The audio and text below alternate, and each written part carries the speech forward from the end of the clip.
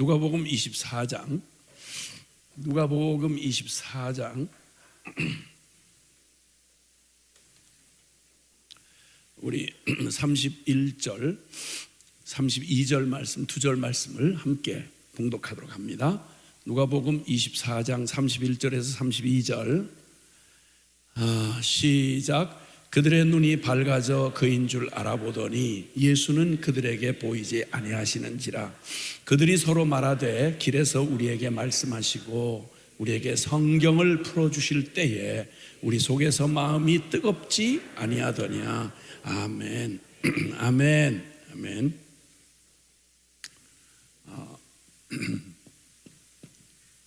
진리로 마음이 뜨겁지 아니하더냐.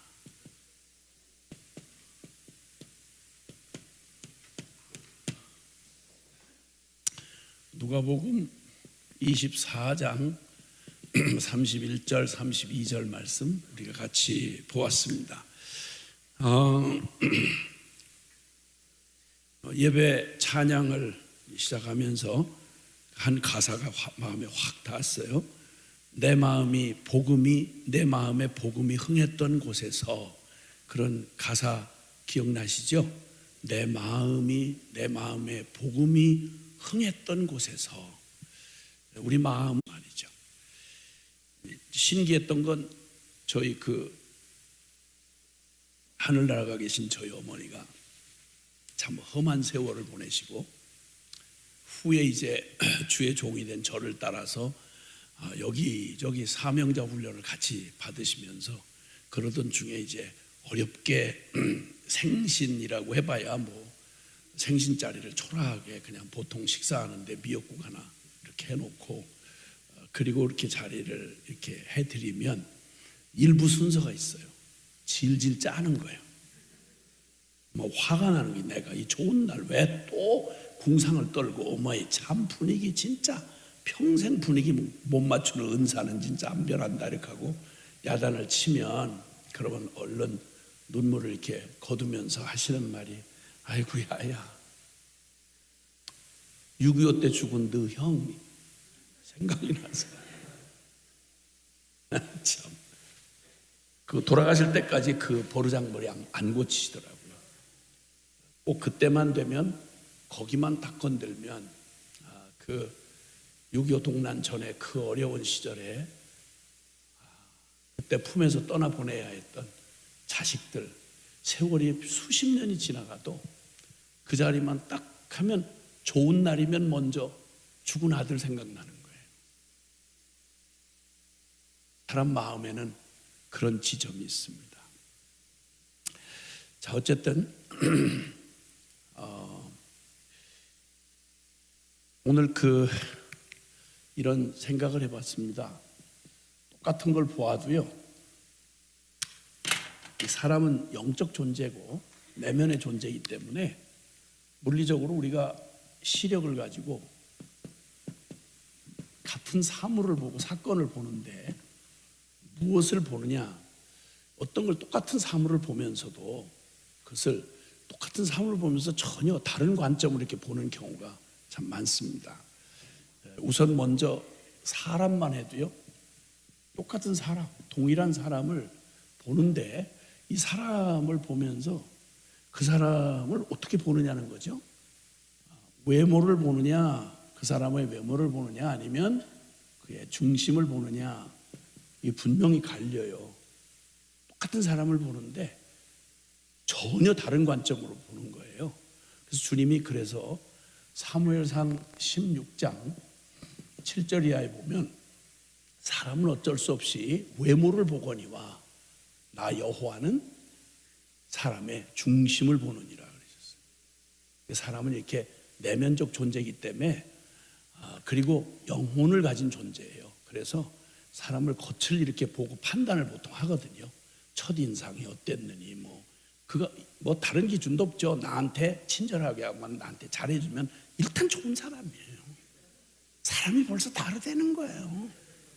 너무 그 사람 너무 인상이 좋다는 거예요. 근데 아무리 좋은 사람도 자기한테 별로 그냥 별로 시큰둥한다거나 좀 이런 그 사람은 그냥 봐도 알겠어요. 사람이 교만기가 뚝뚝 떨어져요. 기준은 철저히 저를 어떻게 대하느냐 이거예요. 그냥 다른 거 없이. 그 다음에 성전을 보는 것도요. 성전, 구약이죠. 이제 구약의 배경을 가지고 있지만 예수님이 오셨을 때, 이제 구약엔 예수님이 이 땅에 직접 오셨을 때 성전을 똑같은 그 예루살렘에 있던 헤롯 성전을 보면서 전혀 다른 관점으로 봐요.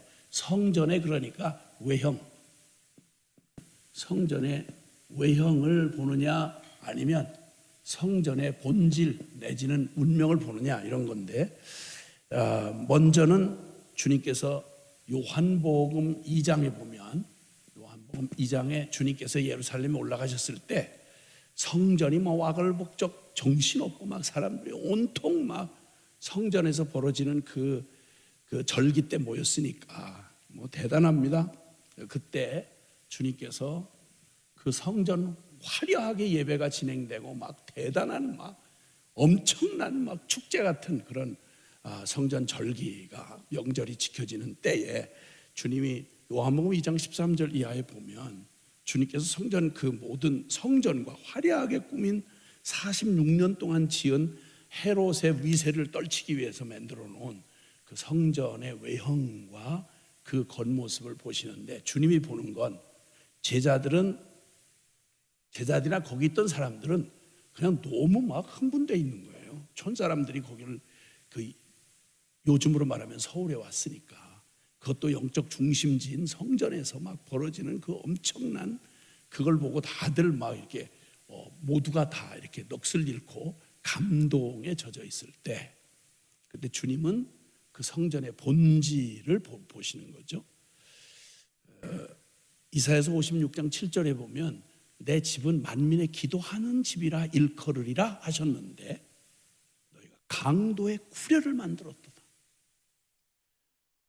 천지의 인류에게, 하나님 떠난 인류에게 베푸신 하나님의 가장 완전한 자비를 나타내 주신 것이 상징적으로 성전이고, 성전의 기능의 본질은 만민의 기도하는 집, 그 말은 내가 거기서 약속한 그곳에서 내가 너희를 만나줄 것이고 너희의 기도를 내가 들어줄 것이다.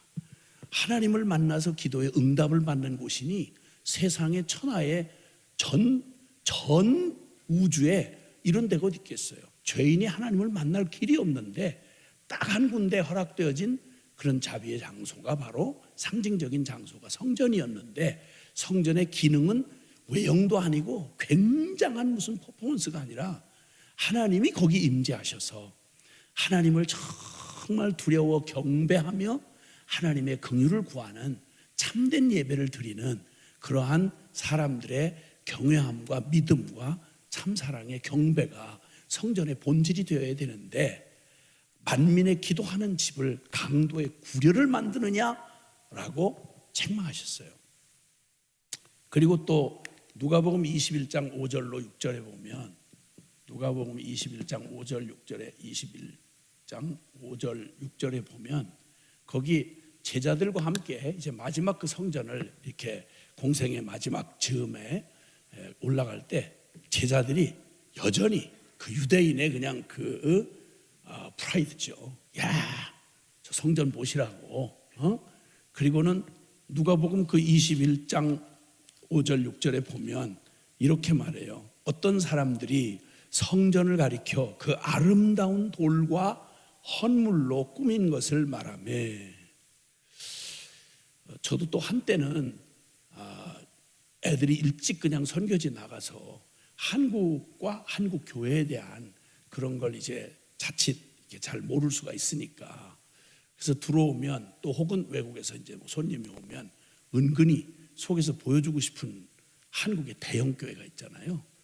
저기 서초동에 있는 사랑의 교회, 저쪽 여의도에 있는 여의도 순복음교회, 그런 데를 그냥 은근히 한국 교회 보통 이래 이렇게 하고 보여주고 싶은 그 은근한 그런 뭐가 부끄럽지만 있었죠.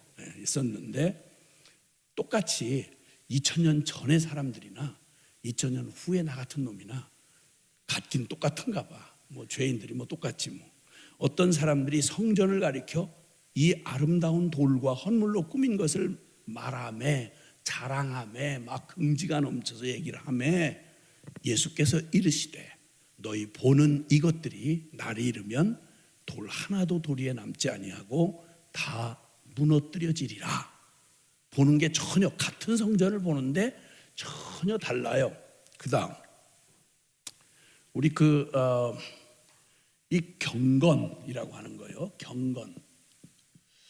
이 경건도 경건의 모양은 있으나 경건의 능력은 부인한다. 모든 예배 너무 거룩하고 분위기 딱 맞추고 너무 멋있게 예배 모습을 갖추고 있는데 거기에는 신경을 엄청 써요. 그래서 성가대도 절대 수준 낮게 부르면 안 돼. 설교도 멋있게 해야 되고 강단도 뭐 어디 내놔도 뭐 손색이 없어야 돼.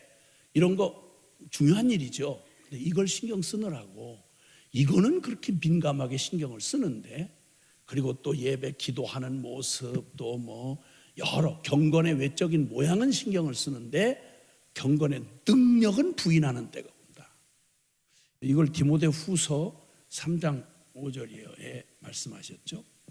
마지막 때가 되면 교회가 맞이할 위기 가운데 경건의 모양은 굉장히 중시해요.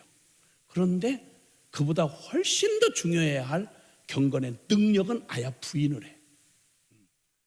그래서 3장 5절 이하에 보면 이런 경건만 해도 모양 똑같은 경건의 모습을 보는데 그분 그냥 보면 거룩한 분 같아요. 이런 외향으로 말할 일이 아닌 거죠. 직분이나 외모나 경건의 다른 모습이나 그 어디 아주 유명하게 알려진 교회 나가요? 아니고 그 사람 정말 하나님하고 같이 임재하는 사람이에요? 하나님 정말 경외하는 분이에요? 그분 진짜 기도하고 사시는 분이에요? 근데 이런 말은 별로 중요하지 않아요. 어느 신학교 나오셨어요? 그 유명한 대학의 그 신학교에 박사학위 받으셨어요? 거기 수석 장로님이세요? 이런 거에는 관심이 많은데 그런데 정말 그분 거룩하신 분이에요? 그분 정말 하나님 두려워하시나요? 정말 기도하시나요? 이런 거에는 별로 큰 관심이 별로 없다. 이럴 수 있단 말이죠. 그 다음에 예배만 해도요. 예배. 우리가 신경 쓰는 예배다라고 말할 때 금방 떠오르는 예배를 이루는 요소들, 조건들이 있어요. 근데 주님이 예배에 관한 말씀을 하실 때에도요. 예배가 굉장히 구약의 배경으로 하면 이 장소가 굉장히 중요합니다. 장소가 굉장히 중요해요. 그런데 주님이 강조하셨던 건 바로 생명이었습니다. 요한복음 4장에 보면 그 유명한 예배에 관련된 주님의 말씀이 이렇게 나오는데요. 요한복음 그 4장에 보면 21절 이하에 여자여 내 말을 믿으라. 이 산에서도 말고 예루살렘에서도 말고 너희가 아버지께 예배할 때가 이르리라. 이거 지금 사마리아인하고 정통 유대인들, 즉 예루살렘 성전 중심 여기에 예배를 주장하는 사람들과 사마리아 사람들, 이런 사람들은 이곳과 저곳을 서로 자기들이 예배를 드리는 곳이 정통이고 거가 바른 그 저거다, 이렇게 그 장소를 굉장히 중시해요. 그런데 주님께서 23절에 이곳 저곳 이 산으로도 말고 저 산으로도 말고 너희가 아버지께 예배할 때가 이르리라. 23절. 아버지께 참되게 예배하는 자들은 영과 진리로 예배할 때가 오나니 곧 이때라. 아버지께서는 자기에게 이렇게 예배하는 자들을 찾으시느니라. 이렇게 말씀하세요. 그래서 예배도 장소가 아니라 어떤 사람은 장소를 이렇게 바라보는데, 그런데 주님은 아니 생명이라고 말씀합니다. 영과 진리로 드리는 예배여야 한다, 이렇게 말씀을 하시고요.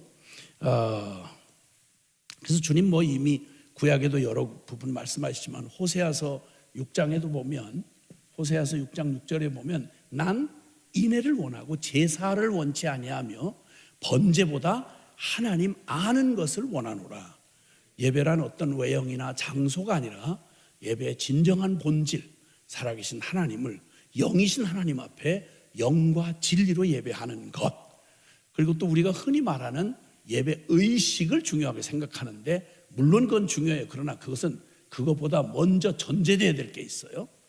로마서 12장에 보면, 로마서 12장 1절에 보면, 그러므로 사랑하는 형제들아, 내가 하나님의 모든 자비하심으로 너희를 권하노니 너희의 몸을 하나님이 기뻐하시는 거룩한 산 제물로 드리라. 이것이 영적 예배니라. 이것이 영적 예배니라. 이렇게 말씀하세요. 이 예배가 없는 채로 함께 공적으로 모여서 멋있게 공예배라고 보통 말하는 이 공예배가 의미가 있으려면, 이 삶의 예배가 없이는, 주님 앞에 드려진 이 삶의 예배가 없다면 그냥 종교 의식이 될 수밖에 없는 거예요, 사실은. 그런데 우리가 무엇을 보고 있느냐? 예배를 보는데도, 경건에 대해서도, 성전에 대해서도, 사람에 대해서도. 자, 그러면 이제 하나님이 우리에게 주신 특별 계시, 성경도 어떻게 보느냐? 이게 굉장히 이제 중요한 얘기가 됩니다. 자, 오늘 이제 근데 성경도 말이죠. 그 디모데후서 3장에 보면, 디모데후서 3장에 보면 성경을 기껏 본다고 보는데 그런데 6절 이하에 보면 항상 성경을 배워요. 열심히 배워요. 배우나 성경이 말하는 진정한 참 진리에는 이르지 못한다. 그런 어리석은 여자들이 있다. 그래서 무슨 말인가 하니, 자기 탐욕을 채워줄, 성경을 통해서 탐욕을 채워줄 스승, 거짓 스승을 일부러 찾아다녀. 그래서 내게 맞춤형 설교, 맞춤형 성경 공부, 맞춤형 주제, 하나님이 나에게 말씀하시는 걸 듣고자 하는 게 아니라 내가 듣고 싶은 말을 만들어 주는 데가 어딘가. 그래서 유명하게 잘 알려져 있는 그런 성경을 빙자한 이런 사람들이, 기독교 사업가들이 참 많아요. 근데 이 얘기는 오늘날에만 있는 게 아니고, 물론 마지막 때는, 이 디모데후서에 보면 마지막 때는 이 거짓 선지자들, 심지어는 적그리스도, 심지어는 거짓 그리스도가 아주 무수히 난무하는 시대가 될 거라고 말했는데, 지금이 그런 시대예요. 마태복음 24장도 종말에, 주님 말세 치말에 일어날 일 중에 가장 중요한 영적 혼돈이 일어나는데, 그게 뭐냐면 성경 가지고 장난치는 거예요. 그리고 재밌는 건, 그게 장사가 되는 건, 사람들이, 종교성을 가지고 있는 인간들이 성경이라는 권위를 가지고 내게 딱 맞는, 내가 듣고 싶은 내 탐욕을 맞춰줄 만한, 그런 나에게 영적인 위안을 줄 수 있는 이런 것들을 찾아서, 어리석은 여자와 같이 이런 여자를 유인하는 자들이 사업이 번창해서 마지막 날에 여기저기 돌아다니면서 이런 어리석은 여자를 유인하여 항상 배우는데 진리에는 이르지 못하고 결국은 멸망으로 치달아가도록 만드는 아주 사악한, 가장 질이 나쁜 이런 그 아주 영적 그런 혼돈의 때가 마지막 때가 될 거라고 주님이 이렇게 말씀하셨는데, 그 얘기는 꼭 말기 증상을 꼭 같은 마지막 그 위기의 때를 맞이했던 구약시대, 이스라엘이 멸망으로 치달아가던, 바벨론 포로로 끌려가기 시작하던 바로 그때까지, 마지막까지 이스라엘이 보인 중요한 태도는 성경을, 모태신앙이니까, 그러니까 선민이니까 아이야 뭐 다 제끼고 살았지만, 성전은 막 우상과 쓰레기장으로 그냥 더럽혀 놓고 뭐 이렇게 했지만, 그래도 명색은 항상 남아가지고 자기들은 이스라엘이에요. 그 유대인, 다른 이방인하고는 완전히 차별적인, 이 말도 안 되는, 웃기지 않는 그런 자존심을 가지고 있던 그 백성들이었는데, 그때 예레미야 5장 10절에 보면 이 땅에 주여 주여 하는 하나님의 백성이 사는, 요즘으로 말하는 기독교인들의 모임에, 교인들 기독교 사회 안에 진짜 무서운 일이 일어난다, 이렇게 말했는데, 그게 예레미야 구약성경 예레미야 5장에 그 무서운 얘기를 해주고 계세요. 이 땅에, 예레미야 5장 30절에 이 땅에 무섭고 놀라운 일이 있도다. 선지자들은 거짓을 예언하며 제사장들은 자기 권력으로 다스리며 내 백성은 그것을 좋게 여기니, 그런 사기꾼 거짓 선지자들, 성경 가지고 밥 벌어먹는 아주 흉악한 그 영혼이 피폐 말라버린 그런 거짓 선지자들이 거침없이 하나님의 이름으로 하나님이 말한 적도 없고 성경에 나온 적도 없는 거짓을 예언하고 듣기 좋은 말을 해주는데, 거짓을 예언하는데 겁대가리가 없어. 제사장들은 요즘으로 말하면 교회 목회자예요. 자기 권력으로 다스려. 교회를 자기의 권력을 휘두르는 장소로 알아서 권력을 다스리느니, 그런데 놀라웠게도 내 백성은 진짜 하나님의 말씀을 들려주는 예레미야는 돌로 쳐. 재수없다 이거야. 그냥 살기도 부담스러운데 뭐 날마다 갖다 책망하고 우리를 갖다 이러냐.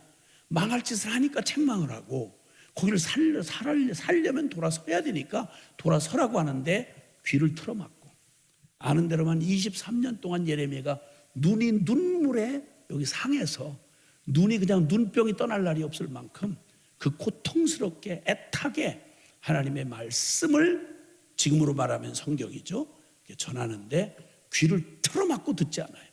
안 들으면서 자기들끼리 살림 차려가지고 선지자는 거짓을 예언하고 제사장들은 자기 권력으로 다스리며 내 백성은 그것을 좋게 여기니 마지막에는 너희가 어찌하였느냐.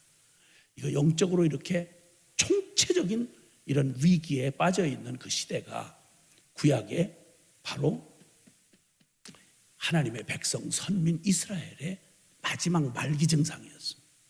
이 선민 이스라엘에게 일어나는 일은요, 전 세계 인류의 샘플로 삼아서 선택하셔서 그들만 특별해서가 아니라 인류 전체에게 하시고 싶은 그걸 샘플처럼 보여주기 위해서 뽑힌 사람들이 이스라엘이에요.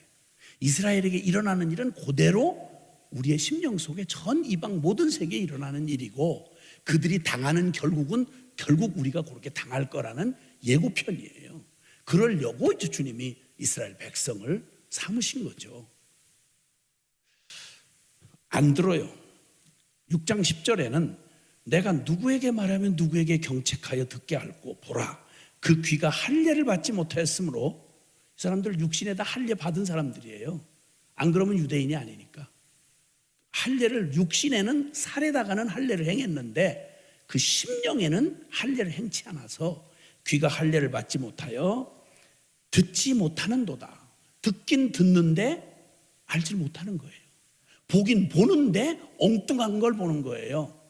이 시대의 요 예레미야보다 전에, 그보다 훨씬 전에 이사야는 이사야 6장 9절 이하에 이 백성이 듣긴 들어도 보긴 보아도 알지도 못하고 깨닫지도 못하는도다.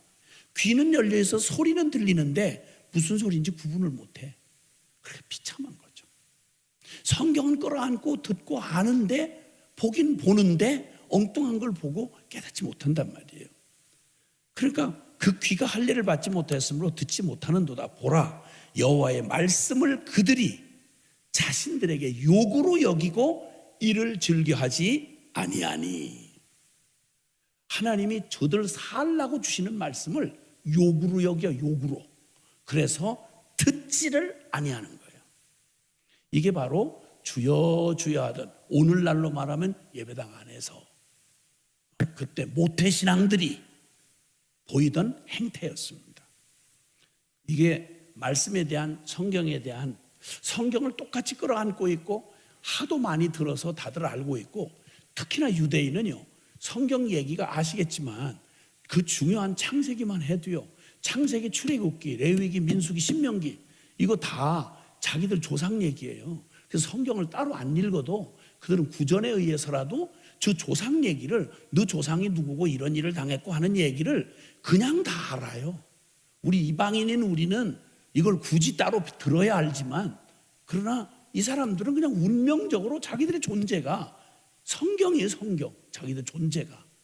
근데 알면서도 전혀 깨달을 필요도 없고 알려고 하지도 않는 이 기가 막힌 저주받은 그런 삶을 살고 있었던 그들을 주님 말씀하고 있습니다. 어쨌든 성경, 그리고 그나마 그 중에 선택해서 뽑힌 사람 중에 성경을 아주 운명적으로 직업적으로 그 성경을 끌어안고 평생을 살고 성경의 전문가죠.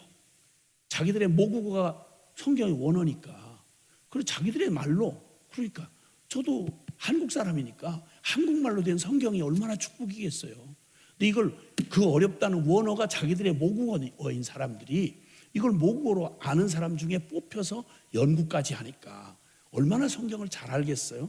그런데 고린도후서 3장에 보면 거기에 놀랍게도 성경을 그렇게 연구하는데 고린도후서 3장 거기 보면 이런 말씀이 있어요. 고린도후서 3장 14절부터 고린도후서 3장 14절 이하에 보면 거기에 그러나 그들의 마음이 완고하여 오늘까지도 구약을 읽을 때에 그 수건이 벗겨지지 아니하고 있으니 그 수건은 그리스도 안에서 없어질 것이라. 그러니까 듣고 보는데 못 알아듣는 거예요. 오늘까지 모세의 글을 읽을 때, 구약을 읽을 때에 수건이 그 마음을 덮었도다. 귀는 들어요. 그리고 눈으로는 다 봐요. 그럼 그걸 읊어요. 얘기를 해요. 그런데 정작 그 말씀 안에 담긴 하나님이 주시는 그 말씀의 의미도 그리고 그 내용도 모르는 거예요. 왜냐하면 마음이 완고하여서. 그러니까 성경을 듣는데 성경조차도 똑같이 성경을 연구하고 보는데 다른 거예요. 다른 거. 그냥 문자를 보고 문맥을 연구하고 문장 분석 구조 이 내용을 다 전문적인 지식으로 달달달달 알면서도 놀라웠게 이게 무슨 죽은 이론이 아니라 픽션 소설이 아니라 살아계신 하나님이 우리 살리려고 주시는 생생한 살아있는 말씀인데 그 말씀을 하나님의 말씀으로 전혀 와닿질 않는 거예요. 깨달을 수도 없어요. 얼마나 비극이에요.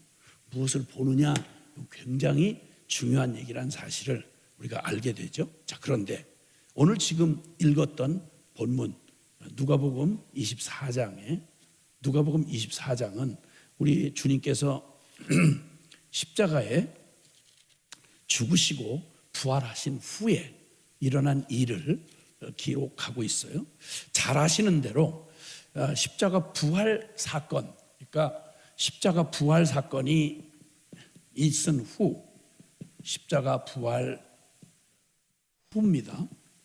그러니까 예수님이 십자가에 죽으시고 부활하셨어요. 자, 하셨는데, 자, 이 십자가 부활 사건이 일어났다는 얘기는 이건 보통 얘기가 아닙니다. 자, 그러면 이 십자가 부활 후에 일어난 사건도 몇 가지로 이렇게 한번 그 상태를 좀 우리가 직면하기 위해서 봐야 될 것은, 여러분 이 십자가 부활은 예수님 이 공생애 3년 동안 주님이 보여주셨던 예수님 공생애의 결정판입니다. 모든 것에 공생애 동안 보여주셨던 말씀, 기적, 그리고 주님의 삶, 이걸 통해서 주님이 완벽하게 주님의 이제 그 모든 것의 결론을 십자가와 부활 사건으로 이 복음을 완성하시는 그런 일을 하신 거예요. 그러면 이때 말이죠, 사실 예수님의 3년 동안 공생에 이 땅에 오셔서 역사 속에 실제가 되셔서 말씀으로 구약에 계속 약속해 오셨던 바로 여자의 후손으로 오신다, 또 죽임당한 어린 양으로 인류를 구원할 유일한 복음으로 계속 메시아로 우리를 구원하러 오시는 메시아로 구약 성경 내내 핵심 주제가 되어 약속돼 오셨던 그분이 이 구약 전체의 역사를 그대로 인증하시듯이 말씀이 그대로 육신이 돼서 역사 속에 실제 사람의 몸을 입고 오셨습니다. 성육신 하셨다고 그러죠. 그래서 주님이 그대로 말씀이 그대로 육신이 돼서 실제 역사 속에 존재하신 예수님이 33년으로 주님의 이 땅에서 사역을 하시면서 이 주님이 직접 벗어나 보신 적이 없이 바로 유대 땅, 유대와 갈릴리에서 보여주셨던 주님의 공적 사역을 통해서 주님은 성경의 모든 얘기의 결론을 보여주셨습니다. 충격 자체였죠. 자, 이 얘기는 사실은 완벽한 역사상 가장 최후의 창세 이래로 인간이 범죄한 이후에 존재한 모든 인류 역사의 역사상 최후의 증거입니다. 역사상 최후의 증거이자 더 말할 것 없는 완벽한 계시를 주님께서 복음을 계시해 주신 사건이었어요. 자, 여기 이 마지막 그 결론으로 구약 성경의 마지막으로 우리가 이게 편집상 되어 있는 말라기서에 보면 말라기 그 3장 4절로 6절에 보면요. 말라기서 3장 4절 6절에 보면 거기에 주님께서 이제 마지막 때에 하나님께서 그분의 놀라운 그 구원 역사를 이루시기 위해서 보내주시는 마지막 역사가 있는데 약속이 되어 있는데 거기 이렇게 말씀하고 있습니다. 말라기서 4장이군요. 4장 죄송합니다. 4장 그 4절부터 6절인데요. 너희는 내가 호렙에서 온 이스라엘을 위하여 내 종 모세에게 명령한 법 곧 율례와 법도를 기억하라. 보라, 여호와의 크고 두려운 날이 이르기 전에 내가 선지자 엘리야를 너희에게 보내리니 그가 아버지의 마음을 자녀에게로 돌이키게 하고 자녀들의 마음을 그들의 아버지에게로 돌이키게 하리라. 돌이키지 아니하면 두렵건대 내가 와서 저주로 그 땅을 칠까 하노라. 사실 주님의 최후의 증거, 최후의 계시, 이것을 주시기 위해서 그들의 마음을 준비시킬 건데, 여러분 잘 아시는 대로 여기 선지자 엘리야를 너에게 보낸다. 그러니까 예수님 오시기 전에 예수님 오실 길을 예비하러 보내는 최후의 선지, 구약의 최후의 선지자라고 알려져 있는 게 바로 여기 약속한 세례 요한입니다.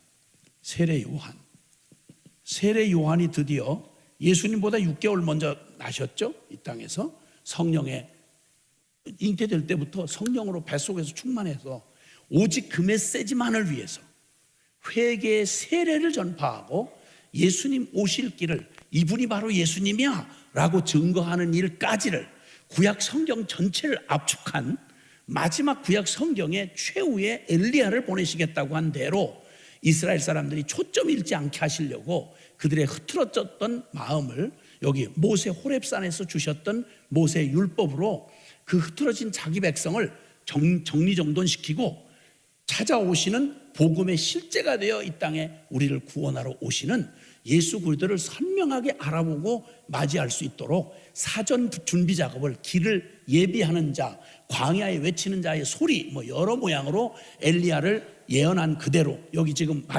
그 세례 요한을 말씀한 대로 말라기에는 엘리야라 그랬고 이사야서에는 광야에 외치는 자의 소리라 말했고, 그래서 길을 평탄케 하고 예수님이 오실 길을 준비해서 백성들로 하여금 예수가 그리스도 메시아라는 사실을 깨닫고 오게 하시는, 그러니까 최후의 메시지인 거죠. 최후의 메시지.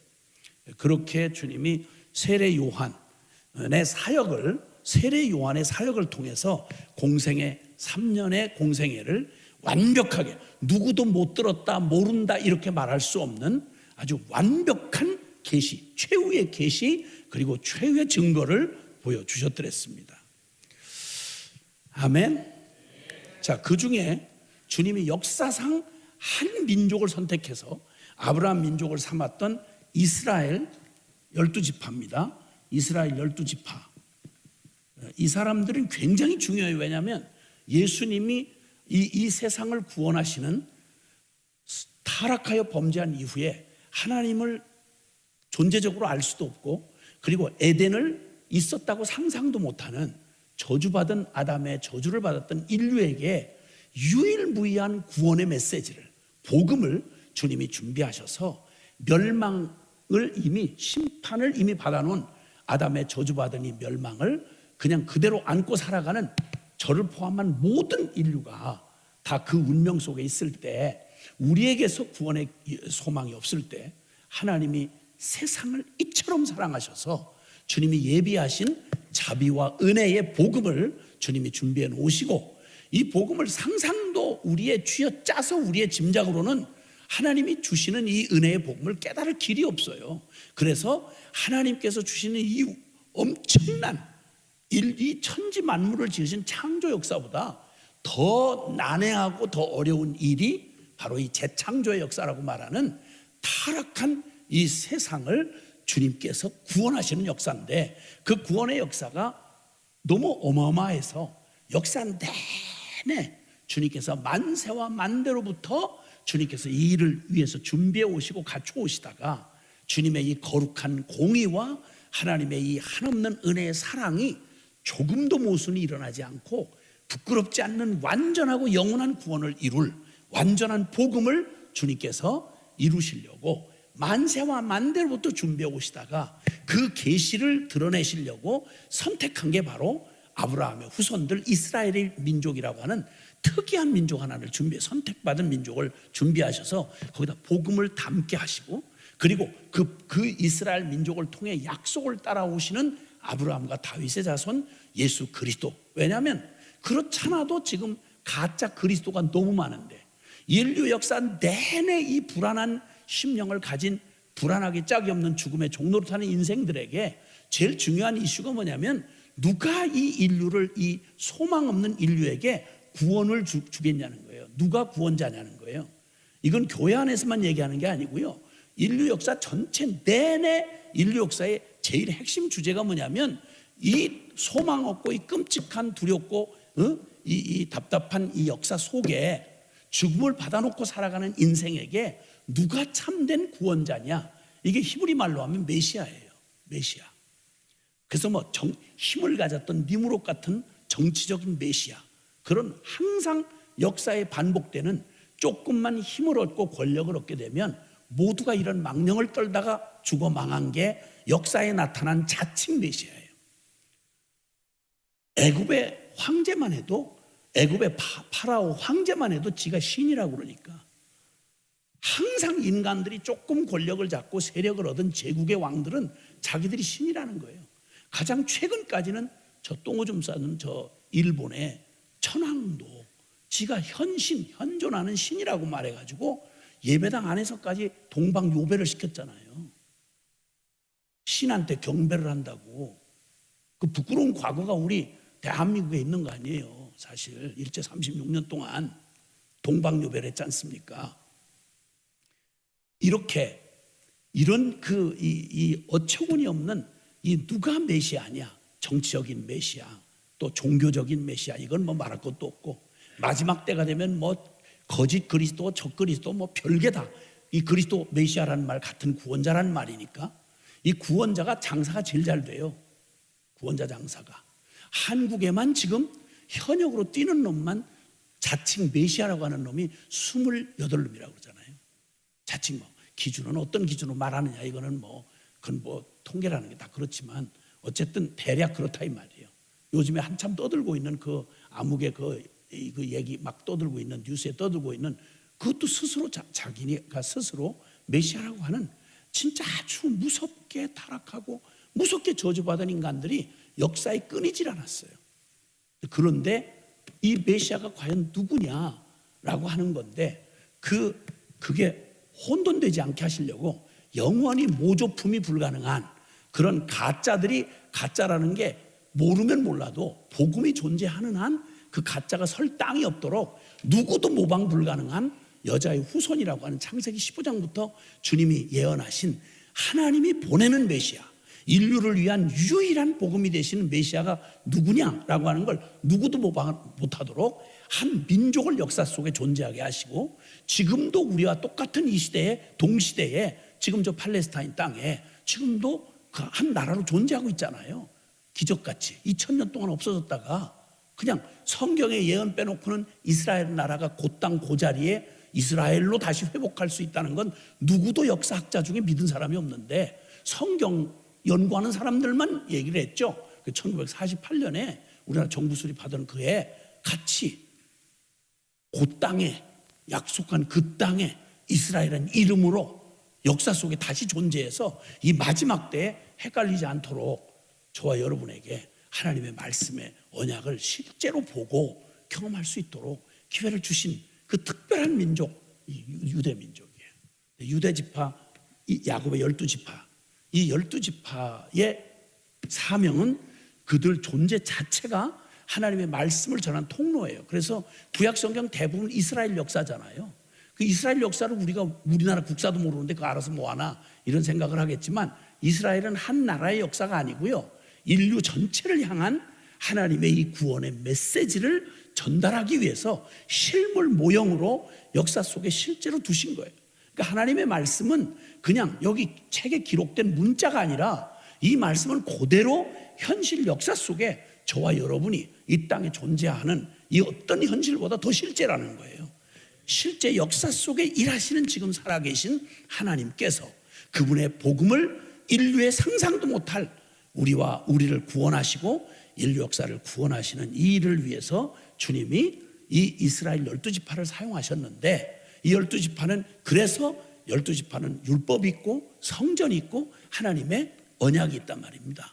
그리고 실제 복음의 계대를 따라서 아브라함과 다윗의 아브라함과 그 유다 지파, 그리고 그 다윗의 후손으로 오시는 예수 그리스도가 육신을 입고 오실 때도 육신을 입고 오셔야 되니까 사람의 몸을 입고 오시는데 누가 그리스도인지 하도 떠드는 놈이 왔는데 누군지를 어떻게 알겠어요? 모방 불가능하도록 이스라엘 중에 아브라함 12지파 중에 거기 유다 지파 중에 다윗의 후손, 이렇게 해서 누구도 모방할 수 없도록 그렇게 그 라인을 통해서 마태복음 1장 1절이 말한 대로 아브라함과 다윗의 자손 예수 그리스도의 족보라, 이렇게 시작되는 그런 메시아를 증언하기 위해서 이스라엘을 주님께서 이 땅에 두게 하셨습니다. 그런데 이 이스라엘이야말로 가장 긍정적으로 하나님이 선택받은 사명을 감당했다면, 하나님의 말씀을 통해서 말씀대로 순종해서 하나님이 얼마나 거룩하시며 그 하나님의 말씀을 순종하면 어떻게 축복을 받는지를 긍정적으로 증인이 됐어야 하는데 역증인 노릇을 했어요. 말씀대로 이루어지는데 축복이 이루어진 게 아니라 저주와 멸망하는 것에 그냥 버티다가 하나님 말씀대로 얻어 터지는 역할에 모태신앙들이 역할을 한 거다 이 말이에요. 주여, 지금 이 현대판 기독교 모태를 얘기하는 게 아니고, 아직까지는 지금 제가 얘기하는 이 모태신앙은 구약시대의 유대인 모태신앙을 얘기하는 거니까 아직은 긴장하지 마세요. 아직까지 조금 시간적인 여유가 있으니까 조금 긴장을 덜 하고 있다가 나중에 이제 직접 다 하면 그때 계산해도 돼요. 그러니까 어쨌든 그래서 이들이 최후 증거가 이스라엘 12지파가 늘 소망하며 기다리던 메시아를 기다린다고 하는 게 구약의 그 끔찍한 경험을 통해서 예수님 당시에 이 유대 12지파는 말 그대로 메시아 사상만 남아 있었어요. 희망이 없으니까. 로마의 지배 아래 그냥 끔찍하게 바벨론 포로 이후에 그 운명이 벗겨지질 않고 수백 년 동안을 고통당하다 나니까, 그러니까 이제는 하나님이 보내주는 메시아밖에 기다릴 게 없다, 이렇게 생각해서 메시아 사상이 가장 충만하고 있었을 때 주님이 메시아로서 오신 거예요. 그리고 성경이 말한 모든 증거를 다 보여주셨죠. 누구도 헷갈리지 않도록. 그러면 가장 환영하고 예수님 앞에 환영하면서 그 주님을 메시아로 받아서 복음의 기쁨, 그 영광과 그 능력과 축복에 막 환호해서 뒤집어지고 그 축복의 증인들이 됐어야 될 사람들이 이스라엘이잖아요. 모태신앙이고 그 목적을 위해서 지음받았으니까. 놀라웠게도 더 이상 핑계할 수 없는 이 세례 요한으로 말하면 마지막 선지자인데요, 구약의 마지막 선지자이면서 여자에게서 난 사람 기준으로 볼 때 세례 요한보다 더 큰 자가 없다고 주님 말씀하셨어요. 가장 큰 선지자요, 가장 중요한 구약 역사의 결말을 보여주었던 하나님의 강력한 회개의 세례로 유대 땅 전체를 뒤흔들어 놓았던 하나님의 강력한 사역자였어요. 그리고 그가 증언하는 증언이 예수님이 요단강에서 그에게 세례를 받으시면서 하늘이 열리고 성령이 비둘기같이 임하고 하나님 아버지의 음성이 들리고 세례 요한이 보라, 세상 죄를 지고 가는 하나님의 어린 양이다. 세례 요한의 마지막 이 확실한 증거까지 온 유대가 다 들었어요. 그리고 그렇게 등장하신 예수님께서 메시아의 모든 표적, 구약이 말하는 예수님에 관한 모든 말씀을 다 3년 반 동안 다 보여주신 거예요. 그런데 그들의 본심이 드러났어요. 증거가 모자랄 때는 헷갈려서 모르겠어요, 그걸 어떻게 알아요, 어떻게 믿어요, 이렇게 핑계나 댈 수 있는데, 핑계를 댈 수 없을 만큼 분명하게 그들이 하나님을 거부하지 않고 말씀을 믿지 않으면 몰라도 이 말씀을 잘 믿든 못 믿든 하나님 말씀인 줄 알고 인정한다면 그 말씀대로 오신 예수님을 이 더 이상의 증거가 필요 없을 3년 동안에 이루신 그 기적과 표적, 그리고 또 그 말씀, 강력한 말씀, 그분의 모든 인품, 이 어떤 것도 핑계할 수가 없었어요. 시비를 걸다가 나중에는 마지막 순간에 나사로 썩어 냄새가 나도록 일부러 주님이 뒤늦게 묻힌 지 죽은 지 나흘 만에 무덤에 와서 모든 사람이 둘러보고 있을 때 돌문을 열어라 그러시고 나사로야 나오너라. 그래서 얼마나 강력하게 말씀이 역사했던지 배로 동인 채로 나사로가 살아나온 얘기, 이거는 도대체 아무리 미치고 악해도 이 부활, 죽은 자가 부활했다는 사실을, 그것도 바로 예루살렘에서 가까운 베다니에서 일어났어요. 이게 예루살렘, 그래 유대의 한 복판 중심지에서 누구도 거부하거나 다른 말로 말장난할 수 없도록 완벽한 증거를, 최후 증거를 확증하셨어요. 이랬더니 가야바, 그의 가야바 대제사장 놈이 한 말이 있어요. 큰일 났다. 이제는 우리가 막는 게 이제 틀렸다. 그가 말한 대로 메시아고 부활 사건이 유대 중심 한복판에 핵폭탄 터지듯이 일어났으니 이제는 다 쏠려가고 이제는 우리는 끝장났다. 이렇게 하고 걱정하고 두려워하니까 이 개기름이 아주 줄로 흐르던 대제사장 놈이 뭐라고 하는 말이, 이 어리석은 사람들 봐, 이거 민족을 위해서 한 사람을 그렇게 하면 하나 희생하고 하나 죽이고 그리고 민족이 조용한 게 낫지, 이러면서 예수님 죽이기로 결정하는 일로 반응을 해요.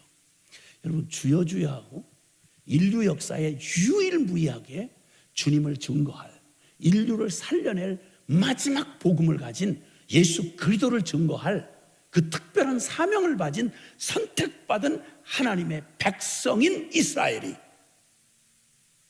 그들의 악행에도 불구하고 하나님의 일방적인 은혜를 거두지 않으시고 끝까지 그들에게 대한 언약을 지키셔서 약속대로 메시아를 보내주시고, 어린아이부터 누구라도 알아들을 수밖에 없고 볼 수밖에 없는, 무엇을 보느냐 아무리 왜곡되게 아무리 미쳐도 부인할 수가 없는 가장 확실한 인류 유일의 복음 되신 예수 그리스도를 이 땅에 증거하고 나타내 보여야 할 인류 구원의 유일한 희망을 가진 이스라엘 백성이, 그들에게 주어진 역사의 전무후무한 단 한 번의 사건, 인류를 영원한 멸망에서 영생으로 옮기는 이 인류의 절체절명의 복음을 가진 예수 그리스도에 대한 그를 증거해야 될 이스라엘이, 그들이 드러낸 본심이 뭔지 아세요? 그가 메시아라는 걸 부인할 수 없이 확증이 되고 났더니 죽여버려, 이렇게 해서 십자가에 못 박았습니다. 누가? 유대인이,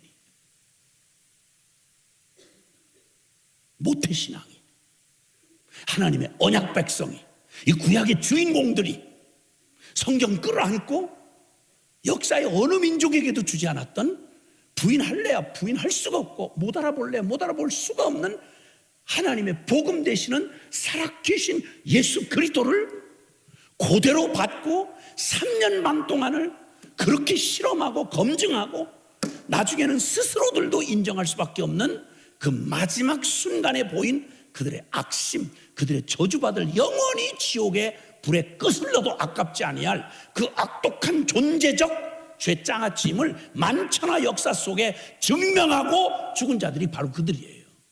예수님을 십자가에 못 박았습니다. 그냥 평범하게 역사 얘기 읽듯이 그냥 몇 년 전에 2000 몇 년 전에 그런 일이 일어났었습니다, 이렇게 녹두리할 얘기가 아니고요. 저와 여러분 한 사람 한 사람의 영원한 운명이 고스란히 죽어 천당 가는 얘기만 아니라 지금 이 땅에서 발을 디디고 살아가는 현실의 모든 순간하고 직접적으로 연결이 된 나의 살고 죽는 문제, 영원한 운명의 문제, 이 모든 게 걸려있는 유일한 하나님으로부터 오는 최대의 복음 사건이 예수 그리스도 메시아 되신 예수님의 사건이었어요. 근데 이 기회에 바로 드러내고 악행을 저질러서 예수님을 십자가에 죽였습니다. 그리고 예수님은 묻힌 지 사흘 만에 부활하셨어요. 주님이 부활하셨습니다. 여러분, 주님이 부활하셨습니다. 감사해요. 너무 감사해요. 난 여러분이 눈 뜨고 돌아가신 줄 알았어요. 물론 얘기가 너무 심각한 얘기이기 때문에 그런 줄은 알겠지만 가끔 확인해야 돼요. 우리가 서로 확인해야 돼요. 어쨌든 그러면 이제 그 12지파 중에서 뽑아낸 인류 역사에 유일하게 바로 복음이 되어 유대인이라고 하는 이 변개할 수 없고 혼돈될 수 없는 한 민족 역사 속에 실존했던 이 이스라엘을 통해서 오신 예수 그리스도가 육신을 입고 직접 유대인으로서 이 땅에 오셨고 완벽한 인간이셨으며, 그런데 인간이면서 하나님의 신성을 가지신 하나님의 아들이었다라고 하는 걸 증명할 전무후무한, 역사의 전무후무한 사명을 받은 사람이 누구냐면 12지파입니다. 아니 12사도입니다. 12사도. 베드로를 위시한 12사도였습니다.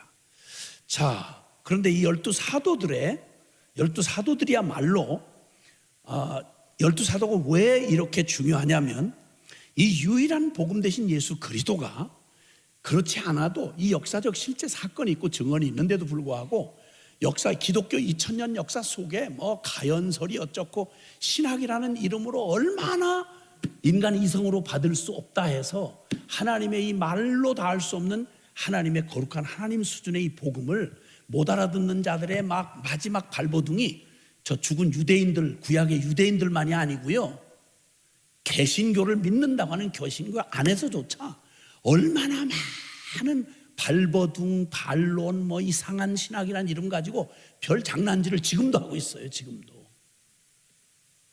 모든 성경에 일어났던 우리가 이해 안 되면 하나님 말씀이라도 그건 아니라는 거예요. 홍해바다 건넌 건 홍해바다는 무슨 바다가 어떻게 갈라지냐고, 그 과학적으로 그렇게 이상한 말을 기독교를 이렇게 질이 떨어지게 하느냐고. 그건 멀리서 이렇게 봤는데 홍해 인근 지역이 물이 낮아가지고 이렇게 보면 누런 갈대여가 어떻게 물이 찬 것처럼 보이기도 아니고 있는 것도 같고 없는 것도 같고 한데, 이렇게 멀리서 때를 잘 맞춰서 이렇게 보면 물이 막 갈라져서 가는 것 같은 느낌이 든다.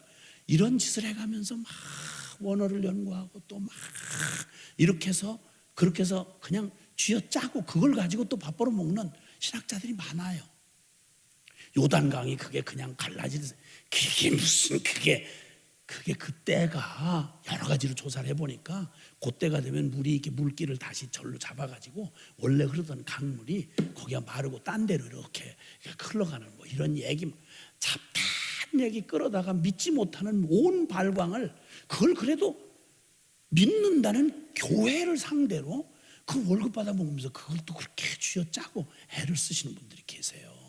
그냥 두세요. 어떡하냐, 말린다고 말을 안 들어요. 그냥 두고 내버려 두세요. 친척이라도 내버려 두세요. 그냥 어떻게 말을 안 들어요. 사람이 또 그냥 그렇게 열심히 하라고 그러세요. 하나님의 말씀의 그 기적들을 전부 보았고요, 마지막으로 증언하는 예수님이 실제 역사 속에 오셨고 육신을 입으셨고 실제 기적을 베푸셨고, 그리고 정말 그런 말씀을 하셨고, 이 예수님의 일생을 그대로 출입하실 때, 공생애를 시작할 때부터 그리고 십자가에 죽으시고 부활하기까지를 증인을 두시기 위해서 뽑으신 게 12사도예요. 그러니까 12사도의 이 직무는 누구도 역사 이전에도 없었고 이후에도 없어요. 그분들은 독특한 그런 그 사명을 가지신 분들이에요. 그러니까 이분들이 증언해 주지 않으면 이게 다 증거된 뒤에도 앞서 말한 것처럼 그렇게 안 믿으려고 발광을 치는, 지들이 안 믿는다고 무슨 뭐 하나님이 걱정되시겠어요? 문제는 전의 운명이 바뀌지 않지 영원히 지 죄값으로 지옥 형벌 받는 운명으로 그냥 가는 거예요. 하나님이 세상을 이처럼 사랑하사 그걸 구원하시려는 하나님의 그 구원의 그 긍휼함 때문에 뭐 걱정하는 거지, 무슨 저들이 안 믿는다, 인류 80억이 안 믿는다고 하나님이 하나님 노릇 못하시고 그런 건 아니에요. 아니라고요. 저와 여러분이 안 태어났다고 막 주님이 막 우울하셔가지고 막 어디 이렇게 하고 난 하나님도 아니다 야 뭐 이렇게 하실 분 아니에요. 여러분 없어도 상관없어요. 근데 하나님이 그냥 하나님 편에서 상관이 있어요. 믿어야 되는 거예요. 그러니까 이 인류에게 유일한 희망인 주님이 예비하신 이 복음, 예수 그리스도의 십자가 부활의 이 복음을 증언해 주어야 이 믿지 못하는 저주를 받았던 우리가 알 수 있도록 증언해 줄 최후의 증언자가 누구냐면, 복음을 이루시는 주님이 이루신 복음이 내용 자체가 중요하다면 그 복음을 우리에게 믿어지도록 역사하실 수 있는 분명하고 확실한 계시를 증거해야 할 증인이 필요한 거예요.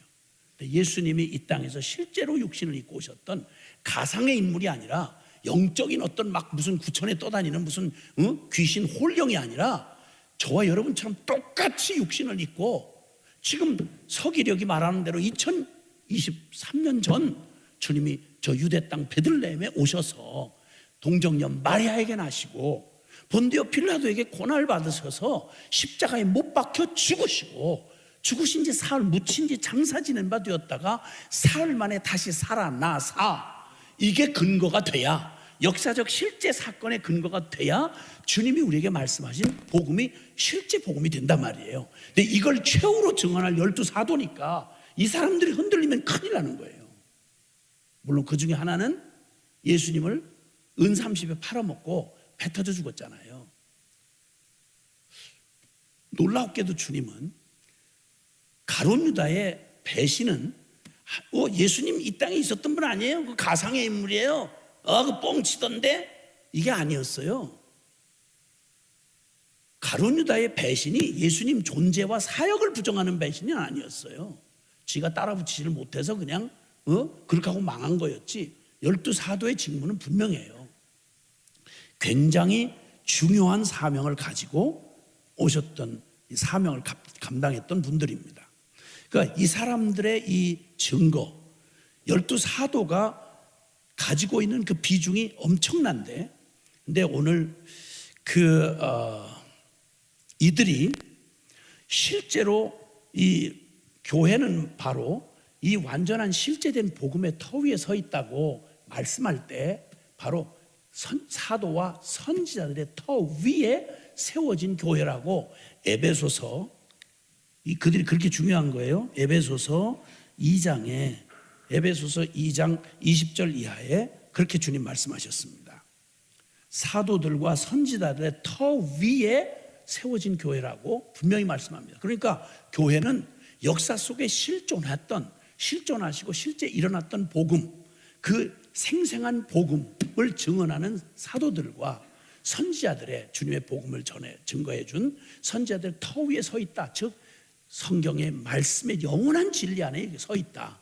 그래서 사실 하늘나라에 가서 저 하늘나라를 보고 온 사도 요한이 요한계시록에서 보여주는 거기에 24장로들, 그리고 12문, 12대문과 12보석, 기초석, 이 모든 얘기는 바로 예수 그리스도의 유대의 복음의 통로가 되었던 유대 12지파, 그리고 예수님의 12사도를 상징한다고 하는 것에 대해서는 뭐 별로 이의 없이 다들 받아들이고 있어요. 하나님의 나라의 기초가 되는 아주 중요한 분들입니다. 교회 기초가 되는. 왜냐하면 그들은 역사 속에 실제했던 복음을 그대로 증언해야 할 유일무이한 사람들입니다. 근데 이분들의 마지막 모습이 어땠느냐면, 시간 관계상 저걸 못하겠는데요, 이분들이야말로 뽑고 뽑혀서, 역사 속에 뽑고 뽑혀서 이 세상에 오셔서 구원자가 되시기에 합당한 말씀이 육신이 되어 오신 분이라는 사실을 증언해 주기에 충분한, 역사상 이분들보다 더한 사람들은 없어요. 성경의 결론이 되시는 예수 그리스도를 함께 먹고 마시고 함께 공동체를 하면서 주님으로부터 부름을 받아가지고, 그래서 십자가에 죽으시기까지 3년 동안의 공생애를 그대로 누구한테 들은 게 아니고요. 우리는 간접적으로 듣잖아요. 12사도는 직접 본 거예요. 직접 보고, 그리고 직접 말씀을 들었고, 그리고 때로는 못 믿어서 뭐 이렇게 하다가 또 야단도 먹고, 그래서 확인하고, 12사도가 몽땅 다 실제로 봤고요. 그리고 그 실제로 볼 뿐만 아니라 십자가, 예수님이 십자가 사건, 부활 사건을 그냥 당하신 게 아니라 미리 다 말씀하셨어요. 다 신앙 고백 받아놓으시고 마지막 이제 하반기로 들어설 때쯤이면, 공생의 하반기로 들어설 때쯤이면 분명하게 얘기하셨어요. 내가 고난을 받을 거라고, 죽음을 당할 거라고, 그리고 사흘 만에, 장사한 지 사흘 만에 살아날 거라고, 부활에 대한 얘기도 아주 명명백백하게 얘기하셨어요. 다 얘기하셨는데 그 의미도 다 풀어 말씀해 주셨고요. 요한복음은 특별히 또 요한복음 13장부터 해서 그 주옥 같은, 유언 같은 말씀들이 14, 15, 16, 17장의 마지막 기도까지 그냥 너무, 정말 주님이 왜 십자가에 죽으시고 부활하셔야 하는지, 그리고 그 일을 통해서 우리가 복음을 그냥 복음 따로 나 따로가 아니라 예수님의 죽음과 이 부활 사건의 복음이 그게 곧바로 내게 일어나는 일이라는 사실을 그렇게도 더 헷갈릴 이유가 없도록 다 해주셨어요. 그런데 그렇게 다 받고 십자가의 사건을 이제 경험했죠. 그리고 비참했던 자신의 실체들도 보았고, 도망가고 다 뭐 부인하고, 한 놈은 배신해 가서 죽고, 이 비참한 자기들의 뽑고 뽑힌 증인들의 꼬라지가 하나도 건질 게 없는 실패자들의 모습으로 낙담이 된 채로 드디어 주님이 죽으시고 사흘 만에 부활하셨습니다. 문제는 부활하고 났는데도요, 믿질 못하는 거예요. 부활하고 난데도 못 믿어요. 그래서 이분들이 믿지를 못하고 결국 맥 빠진 채로 완벽한 실패자로, 그들이 얼마나, 사복음서 끝이 다 어떻게 기록이 되어 있냐면, 부활한 주님이, 상상할 수 없는 얘기죠. 너무 잔혹하게 죽임을 당하는 걸 이미 봤기 때문에 그렇게 하고 살아난다는 게 있을 수가 없는 얘기야. 그러니까 주님이 말씀하신 게 다 허황해지고, 그들이 막 흥분하고 감격하며 3년 동안을 그렇게 감격하며 막 흥분하고 막 따라왔던 그들의 모든, 지금으로 말하면 완벽한 복음을 완벽하게 다 들었어요. 충격받았고요, 감동받았고요, 막 울고불고요, 충격받았고요, 기적의 현장에서 막 흥분해서 자기들이 막 한 것처럼, 그리고 자기들도 직접 기적을 했거든요. 자기들도 귀신 쫓아내고, 자기들도 치유가 일어나고, 자기들도 막 70인 전도대에 12 제자들 다 이렇게 전도여행 가서 기적을 다 봤어요. 그러니까 지금으로 말하면 더 이상 뭐가 필요하지 않을 만큼 복음 다 알아요. 복음 자체이신 예수님과 함께 살았어요. 궁금하면 언제든지 개인 면담을 통해서 언제든지 궁금증을 다 해석받았어요. 이 사람들이 못 믿으면 지구촌에 믿을 사람 아무도 없어요. 그만큼 특권을 가진 사람이고 특별한 사명을 가진 사람들이었는데, 꼬라지가 충격적인 십자가의 죽음을 경험하고 난 다음에 헤어나지를 못해요. 그리고 부활하셨는데, 부활하신 분명히 증거를 보여주는데도 믿지를 못해요. 그래서 계속 성경은 우리에게 그들이 믿지 못했음을, 그 안타깝게도 마태복음 28장 17절에는 아직도 의심하는 사람들이 있더라. 부활하셔서 부활을 증거를 보여주는데도, 예수님이 직접, 근데 아직도 의심하는 사람들이 있더라. 마가복음 16장 11절 13절 14절에는 그들의 믿음 없음과 마음이 완악한 것을 꾸짖으니 믿지 아니하니라. 이렇게. 누가복음 24장 38절에는 어찌하여 마음에 의심이 일어나느냐. 주님이 몇 차례 나타나셔서 그들에게 증거를 보여주시고, 오죽하면 귀신인 줄도 생각을 하니까, 주님, 부활한 주님이 나타났는데, 그러니까 주님이, 아니 부활하신 주님이 왜 생선을 왜 잡수시냐고. 근데 하도 의심을 하니까 주님이 생선 가져와 봐라. 나는 너희가 보는 영이 아니다. 실제로 부활했다라고 보여주시더라고. 심지어 도마 같은 경우 우리 도마 형님 얘기 아시잖아요. 그분 뭐 그렇게 뭐 IQ가 높은 것 같진 않은데 의심 능력만 충만해. 의심 능력만. 자기가 막 손가락에 넣어보지 않고는 뭐 다른 제자들이 다 증언을 하는데도 끝까지 안 믿는 거예요. 먼저 무덤을 확인하고 온 사람들이 얘기해도 안 믿고, 그 중에 대표적인 사건을 누가복음은 길게 한 사건을 기록해 놔요. 지금 오늘 우리가 읽은 본문 얘기, 그 유명한 엠마오의 두 제자 이야기입니다. 이게 바로 12제자들의 그 당시에 마음의 상태를 그대로 보여주는 그런 사건이었습니다. 자, 이렇게 해서 이들이 정말 유일무이하게 예수님을, 복음 되신 예수님이 역사 속에 실제로 오셨고 실제 죽으시고 우리 죄를 위해서 죽으시고 실제 부활하셨다는 사실을 정말 가장 강력하게 증거해 줄 증인인 12사도가 지금 위기 가운데 있는 거예요. 이 사람들이 흔들리는 건 한 사람의 개인의 흔들림이 아니에요. 역사 속에 마지막 가장 중요한, 그냥 요거 쑥 빼면 확 무너지는 것 같이 이 사람들의 역할이 너무너무 중요한 거예요. 근데 이 사람들이 지금 믿지 못하는, 그리고 혼돈하는, 주님이 들었던 모든 메시지, 메시아라고 하는 이 메시아 사상에서 이미 빗나간 유대적인 사고를 벗어나지 못하는 거예요. 이걸 이대로 두고 가시면 이제 주님의 사역은 미완성이 된 채로 이상한 꼴이 되는 거예요. 이 사람들에게 너무너무 중요한 이 역할을 해야 될 바로 이 12제자들. 근데 그들 자신이 그들을 볼 때 그들이 그런 자기들의 존재감을 그렇게 느끼지 못했을 거 아니에요. 그렇죠? 다 해봐야 갈릴리 어부 출신들이고, 그리고 자기 꼬라지를 봐도 예수님 앞에 날마다 책망 많이 들었고, 그리고 듣고도 또 못 알아듣고 자꾸 엉뚱한 짓 하다가 망신살 치고 이랬으니까.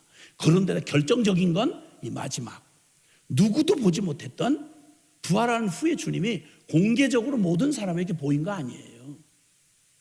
당신 제자들에게만 찾아가서 보여주신 거예요. 왜냐면 보여줘봤자 안 믿을 테니까. 중요한 건 또 부활하셨다는 것만 믿어가지고 될 게 아니에요.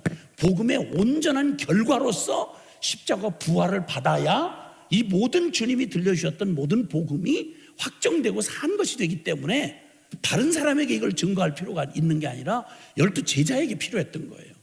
근데 정작 이 사람들은 자기들 꼬라지에 너무 낙담한 거예요. 너무 낭망했어요. 나는 안 돼. 나 같은 건 원래 그랬는데 뭐 잠깐 내가 주님이 너무 띄워주시는 바람에 나도 잠깐 착각을 했어. 내가 원래 그런 놈이지 뭐. 비린내 나는 거 어부지 뭐. 무식한 놈이지 뭐. 내가 조금 뭐 설치긴 했는데 너무 창피해. 내가 뭐 하면 뭘 하겠어. 완전히 찌그러져가지고 믿어지질 않으니까.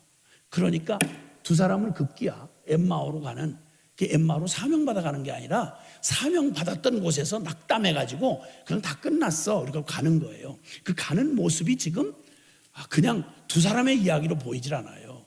12사도들의 심령의 모습이 그냥 그대로 대표적으로 이렇게 보여지는 것 같아요. 자, 거기에 보면 이렇게 나와 있는 얘기들을 앞뒤를 이렇게 보면은 예루살렘에서 25리 되는 엠마오로 하는 마을로 가면서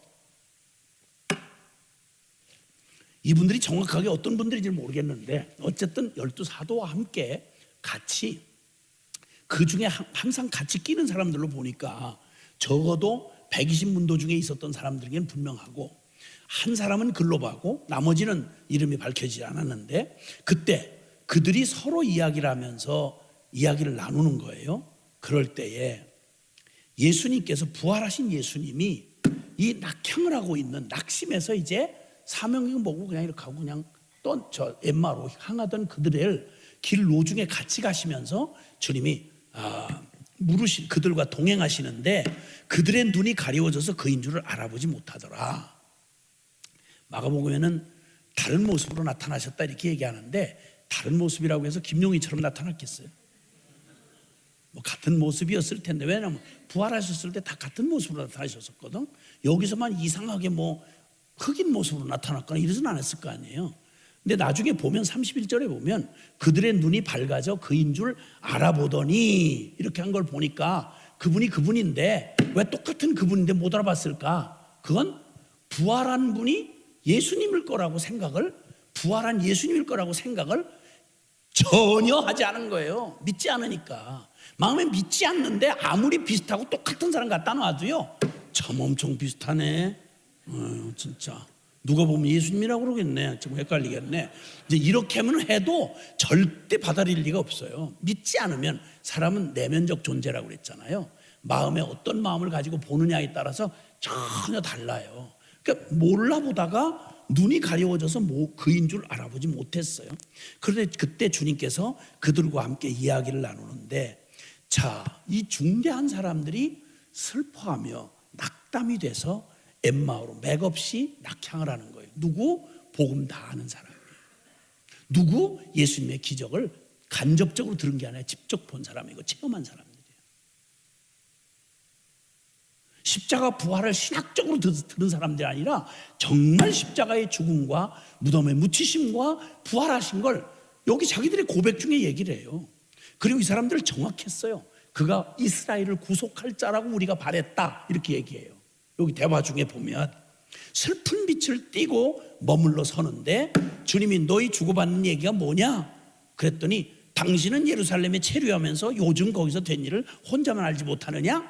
그러면서 예수님한테 책망을 해요. 나 또 이렇게 사람 참 얘기해.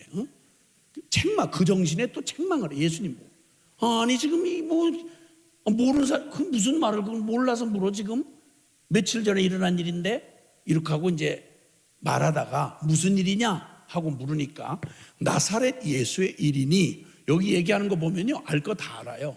나사렛 예수의 일인데 그는 하나님과 모든 백성 앞에서 말과 일에 능한 선지자이거늘 우리 대제사장들과 관리들이 사형 판결에 넘겨주어 십자가에 못 박았느니라. 21절 우리는 이 사람이 이스라엘을 속량할 자라고 바랐노라. 예, 다 듣고 알고 다 알아요. 여기 계시는 우리 모두처럼 복음 다 알아요. 남보다 한 발 앞서서 우리는 복음 앞에 섰고 경험했던 사람들이 대부분이실 거예요.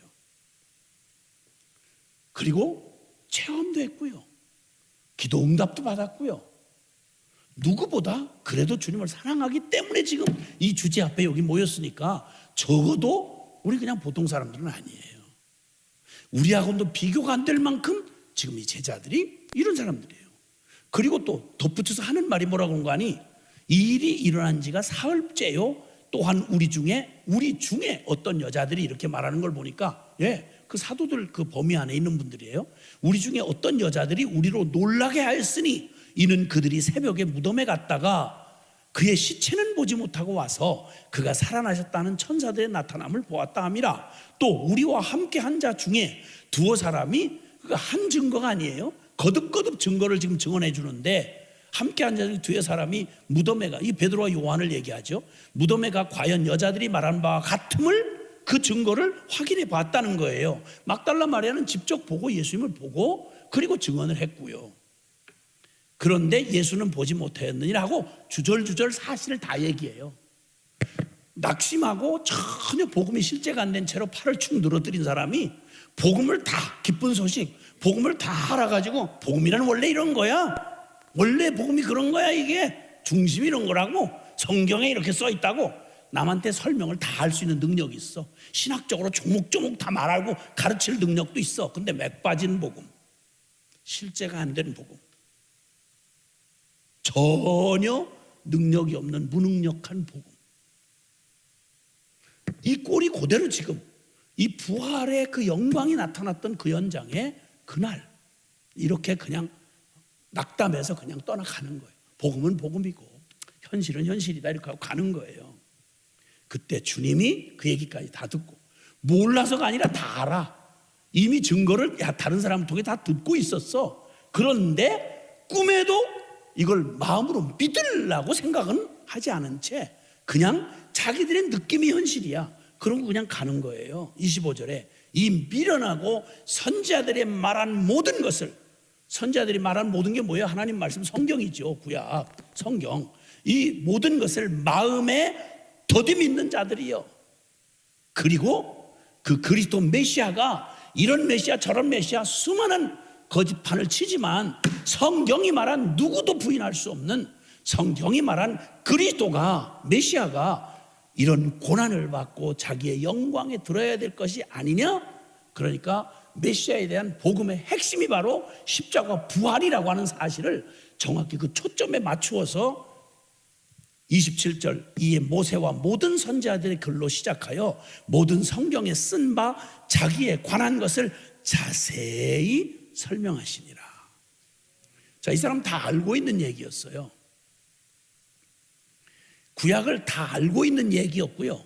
그 알고 있는 얘기 중에 예수님이 또 집중적으로 이분들, 선택받은 이분들에게 3년 동안 가르쳐 줬던 얘기들이에요. 다 알아요. 모든 주제를 모르는 게 없어요. 그런데 구슬이 서말이라도 꿰어보배라고 충격 가운데 아니면 자기 생각에 마음의 완고한 자아의 그 중심에서 들으니까 듣긴 들어도 보긴 보아도 자기 생각이 견고하게 남아있으니까 보는데 무엇을 보느냐는 거예요. 그 복음의 핵심을 결정적으로 못 받아들이니까 예수님한테 보고 듣고 아무리 했어도 그건 계속 이것 따로 복음 지식 따로 나 따른 거예요. 그걸 주님이 이 모든 복음의 지식과 그리고 혈통이다 뭐 신학이다 내 모든 체험이다 모든 것들이 여러분 어디서 박살이 나는가 결판이 나느냐 하면요, 주님이 다른 거 없어요. 그리스도가 이런 고난, 그리스도 다 바라고 기다렸거든요. 근데 그들이 기다리던 메시아는 저 다윗왕 같이 이 로마의 권세를 깨버리고 우리 현실로 우리에게 필요한 일을 구원해 주는 그런 메시아를 기다렸지, 무찌질하게 그냥 가서 보이지도 않는 얘기 자꾸 하면서 뭐 죄를 위해서 뭐 영원한 심판을 위해서 죽는다는 이런 말도 안 되는 비현실적인 얘기를 하시는 예수님의 말씀이 자기들의 욕구하고 안 맞으니까 듣긴 듣는데 그냥 허황하게 듣고 매일 흥분했던 건 주님의 그 기적, 능력 이런 것들이었어요. 그럴 자라고 기다렸는데 이스라엘을 해방시켜주고 자기들의 모든 필요를 채워줄 진짜 그들이 바라던 육신적 메시아를 기다렸는데 이게 뭐야, 비참하게 죽고. 근데 그 일이 십자가라고 하는 이 십자가 앞에 끌고 가면 그렇게 열정적으로 성령 체험, 은사, 능력, 기적, 제가 수십 년 동안 한국교회 가장 열광하는 시대의 한복판에서 모르면 몰라도 누구한테 뒤지지 않을 만큼 동기부여가 확실히 돼 있어서 어지간한 한참 한국교회 막 급성장할 때 웬만한 데를 쫓아다녔어요. 별거 다 봤죠. 왜냐면 나도 사모했으니까, 가르쳐 주셨으니까. 그리고 너무 오래 살았나 봐요. 그리고 세월이, 난 천당을 몇 번 데려가신 줄 알았는데 그때마다 안 데려가시고 지금까지 거의 밥을 거르지 않고 꼬박꼬박 먹고 이렇게 건강하게 살아서 다른 사람에게 부담을 줄 때까지 이렇게 살게 될 줄은 난 몰랐어요. 근데 한 가지 저거한 건 그때 그렇게 난리시던 분들, 그렇게 대단하게 세상에 부럽던 분들의 끝이 마지막에 어떤 모습으로 변질되고 하는지를 보지 말았어야 되는데 보게 되는 거예요. 그 열광적이고 기도한다던 전 세계에 알려져 있는 한국교회 교인들의 영성이 무엇을 위한 그 열정적인 기도였는지가 뭘 해석할 필요도 없고 사실로 그냥 드러났으니까. 지금은 기도 안 해요. 나처럼 오래 살아서 그때 당시에 그렇게 기도를 한다던 그런 분들도 자식들 잘 키워놓고 성공을 하고 나니까 뭘 그렇게 간절하게 기도할 일이 없어. 기도 안 해. 권사들도 반질해지고 뭐 장로님들한테 영성을 기대한다는 건 그렇게 썩 쉽진 않더라고요.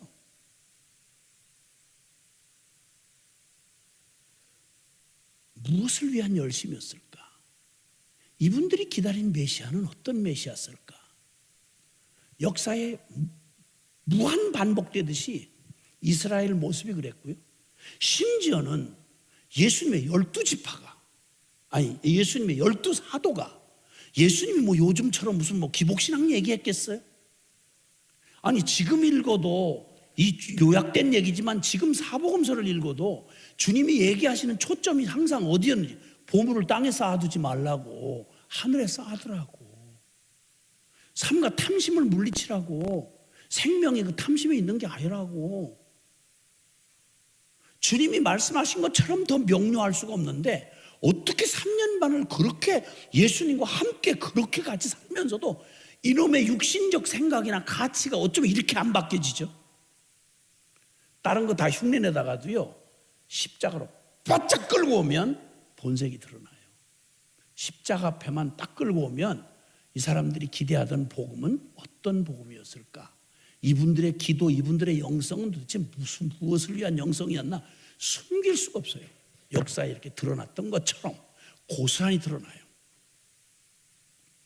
주님이 이들에게 이 미련하고 마음에 더디 있는 자들아 하고 책망하시면서 그들이 이미 들었고 알고 있었지만 그러나 자기식으로 쭉 꿰어져 있던 그런 그들의 생각을 그리스도가 왜 고난을 받아야 하고 십자가에 반드시 죽어야 하고 그리고 부활해야 하는지, 왜 이게 복음의 핵심이 돼야 하는지, 왜 너에게 십자가가 필요한지, 이 얘기를 주님이 모세와 모든 선지자들의 글, 구약 전체에 나타난 흔한 말로 구속사적인 관점에서 예수님이 중심이 되고 그 예수님의 사역의 핵심이 지금은 이스라엘 사람이 지금도 못 읽게 하는 이사야서 53장.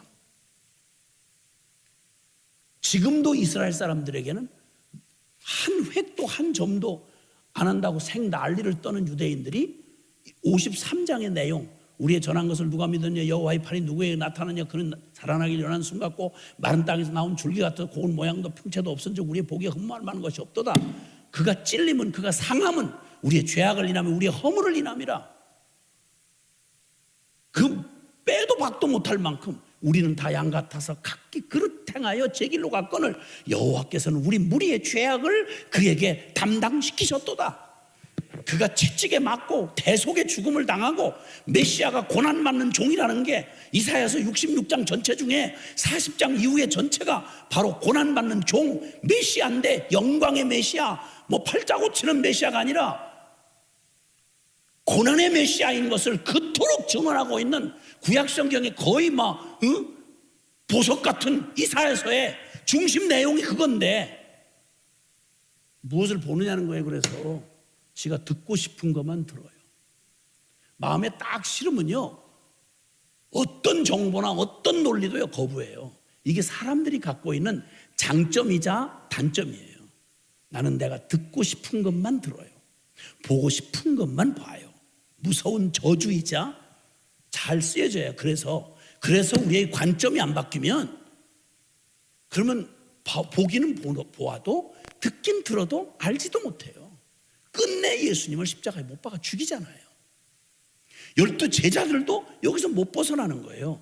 그러니까 주님이 모든 성경에 쓴 바 자기에 관한 것을 자세히 설명하시니라 이렇게 말씀하셨어요. 자, 이 아찔한 지금 이 위기를 잘 전달이 되는지 모르겠는데, 지금 이 12 제자의 위치가 얼마나 중요한지를, 구약의 이스라엘이 얼마나 중요했고 이 복음이 인류에게 마지막 희망의 유일한 복음인데, 이 복음을 증언해 줄 결코 빠져서는 안 되는 교회의 기초가 되고 터가 되고, 천국에서도 기초석과 그 중요한 핵심 그 중심을 이루는 빼놓을 수 없는 요소가 바로 하나님의 증인들이에요. 이 복음의 증인. 그것도 다른 게 아니라 그 모든 복음의 핵심 키, 십자가와 부활의 복음. 왜 복음이 십자가여야 하고 부활의 복음이어야 하는가라고 하는 것에 대한 증거.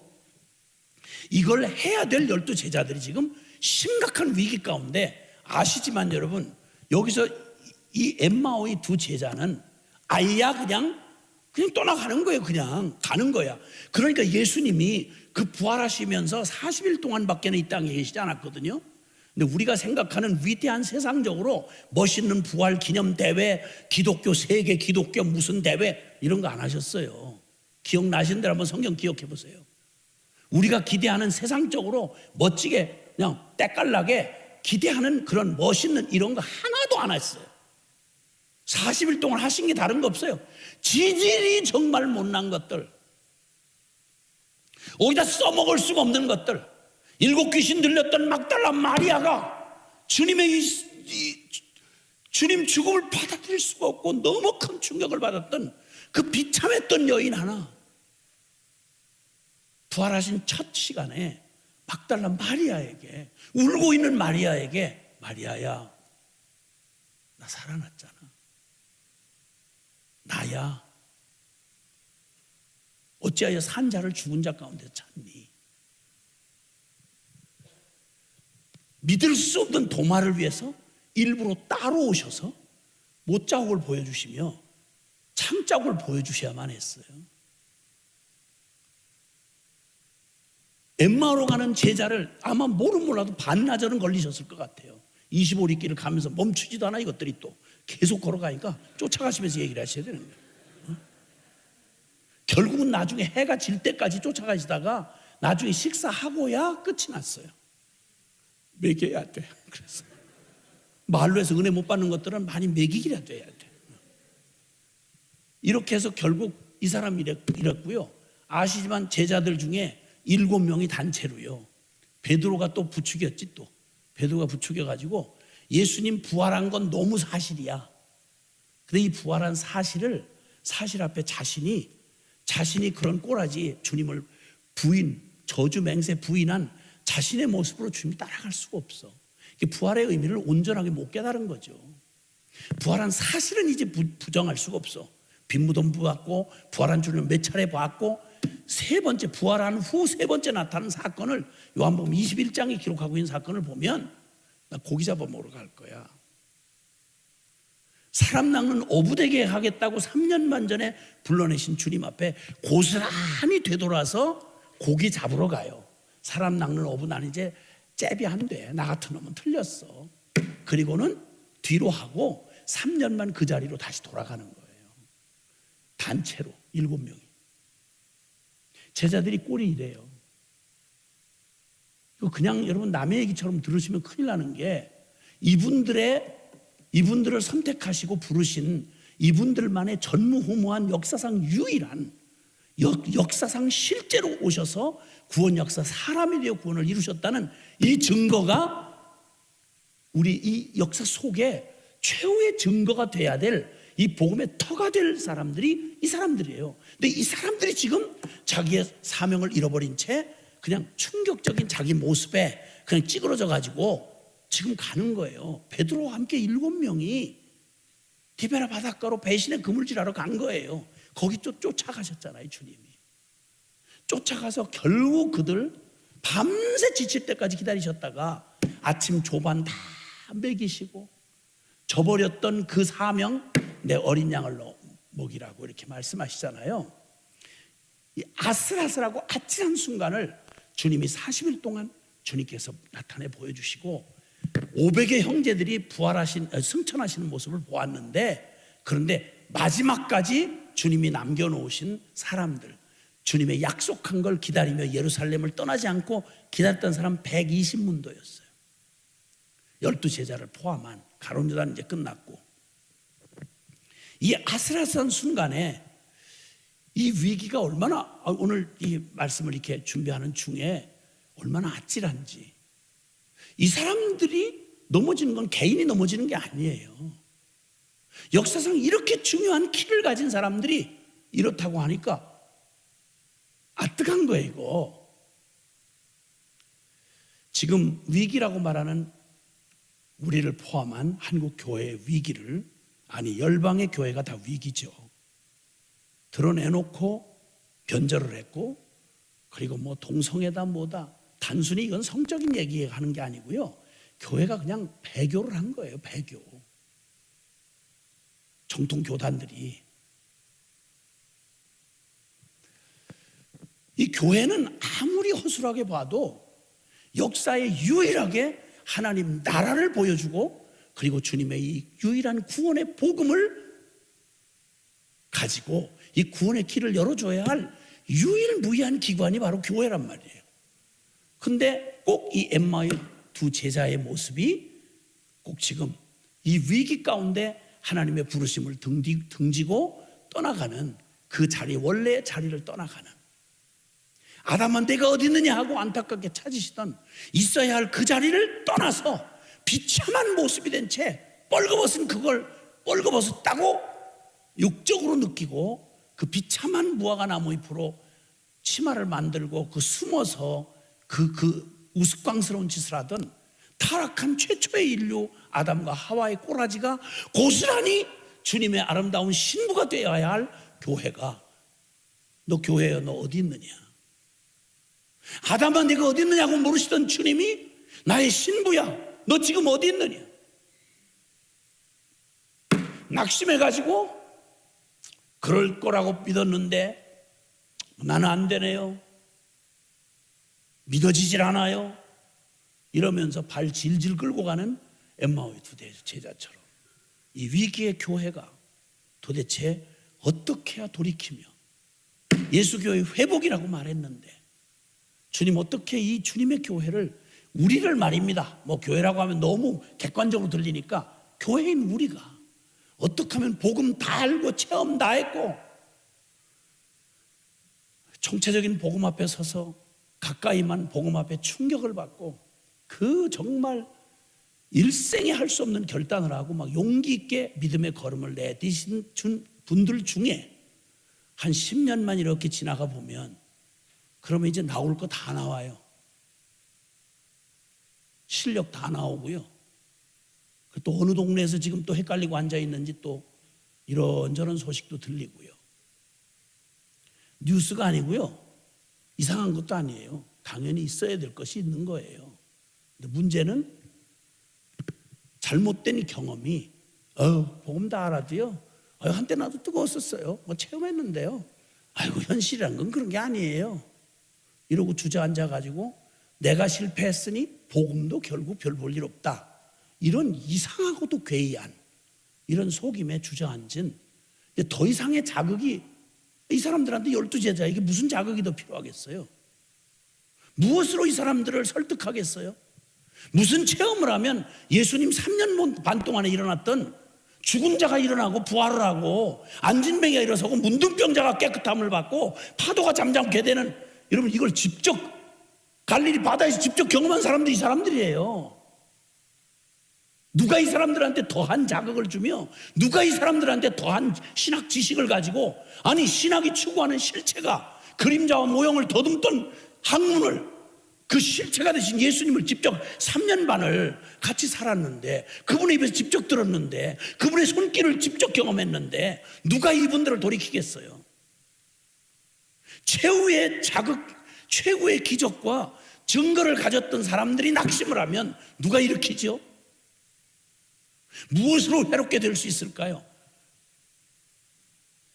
어쩌면 12지파처럼 12사도처럼 어쩌면 이 시대에 정말 십자가 부활의 복음으로 우리의 삶을 드렸던 복음의 정인인 복음기도 동맹군들이 이런저런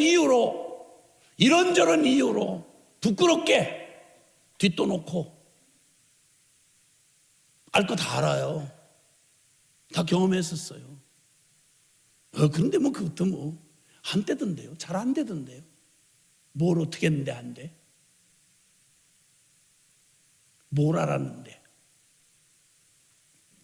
여러분, 만약 우리 안에서 지금 여기 이만큼 그래도 준비된 저와 여러분 안에서 하나님의 그분의 복음이 우리 안에 역사하지 않으면, 죄송한데 그건 우리 하나의 실패가 아니고요, 이건 하나님 나라의 역사에 너무 그 생각 확 들어오는데, 이분들이 엠마오의 제자들이, 이게 제자들의 모습인데 부활까지 보고 주님이, 부활하신 주님이 증거를 보여주시면서 그렇게 믿게 해도 사복음서는 다 그런데 여전히 믿지 않더라, 여전히 의심하더라, 이렇게 기록이 아쉽게도 남아요. 자, 이럴 때 주님은 어떻게 이 위기의 교회가 돌이키려면 어떻게 하시나, 여기서 한 단서를 보여주시는데, 여기 오늘 읽었던 본문 말씀 말이죠. 그들이 이렇게 고백을 해요. 31절 32절에 그들의 눈이 밝아져서 그인 줄 알아보더니 예수는 그들에게 보이지 아니하시는지라. 이제 된 줄 알고 이제 떠나신 거예요. 근데 그들이 말해요. 예수님이 떠나고 나니까 그들 안에 무슨 일이 있었는지를 말하는 거예요. 다 알고 있었다고 생각했어요. 다 들었었고 보았었어요. 그런데 주님이 그 듣고 본 바를, 주님이 그들이 왜곡된 그리스도, 왜곡된 메시아관을 주님이 성경을 차근차근 그 수많이 들려주었고 알고 있었던 내용이 구슬이 선말이 꿰지듯이 무엇을 중심으로 그 핵심의 자리, 아마도 고난 얘기 다 뭐 이런 얘기 다 하셨죠. 부활 얘기도. 근데 그게 제자리를 못 찾고 저 변두리에 떠도는 지식이었어. 지식 중에 하나였어. 여러분, 복음이 혹시 저와 여러분에게 그냥 혹시 지식 중에 하나는 아니에요? 여러 경험을 한 중에 한때 그냥 경험하는 많은 것 중에 조금 센 경험 중에 하나는 아니에요? 어떤 지식은 아느냐 모르냐의 문제가 아니라 그 지식의 비중을 어디다 뒀느냐는 거예요. 어디다가. 복음 좋은 거 다 알죠? 근데 복음이 당신의 삶에 어떤 비중이냐 이거예요. 십자가 다 이해하죠. 다 신학적 논문 썼죠. 근데 그 십자가가 당신의 삶에 어떤 위치에 있느냐 이 말이에요. 대부분 보면 적잖이 복음에 아주 진지하신 분들도 이 복음에 관한 얘기를 나누다 보면 꼭 너무 중요합니다. 그거 뭐 진짜 그건 너무 중요합니다. 플러스 항상 얘기가 어디로 가느냐면 복음이 결론이 되질 않고요. 복음 플러스 뭐 이렇게 자꾸 얘기를 복음으로 결론을 안 삼아요. 복음 플러스 그 다음에 뭐 복음 플러스 능력, 복음 플러스 뭐 이런 식으로.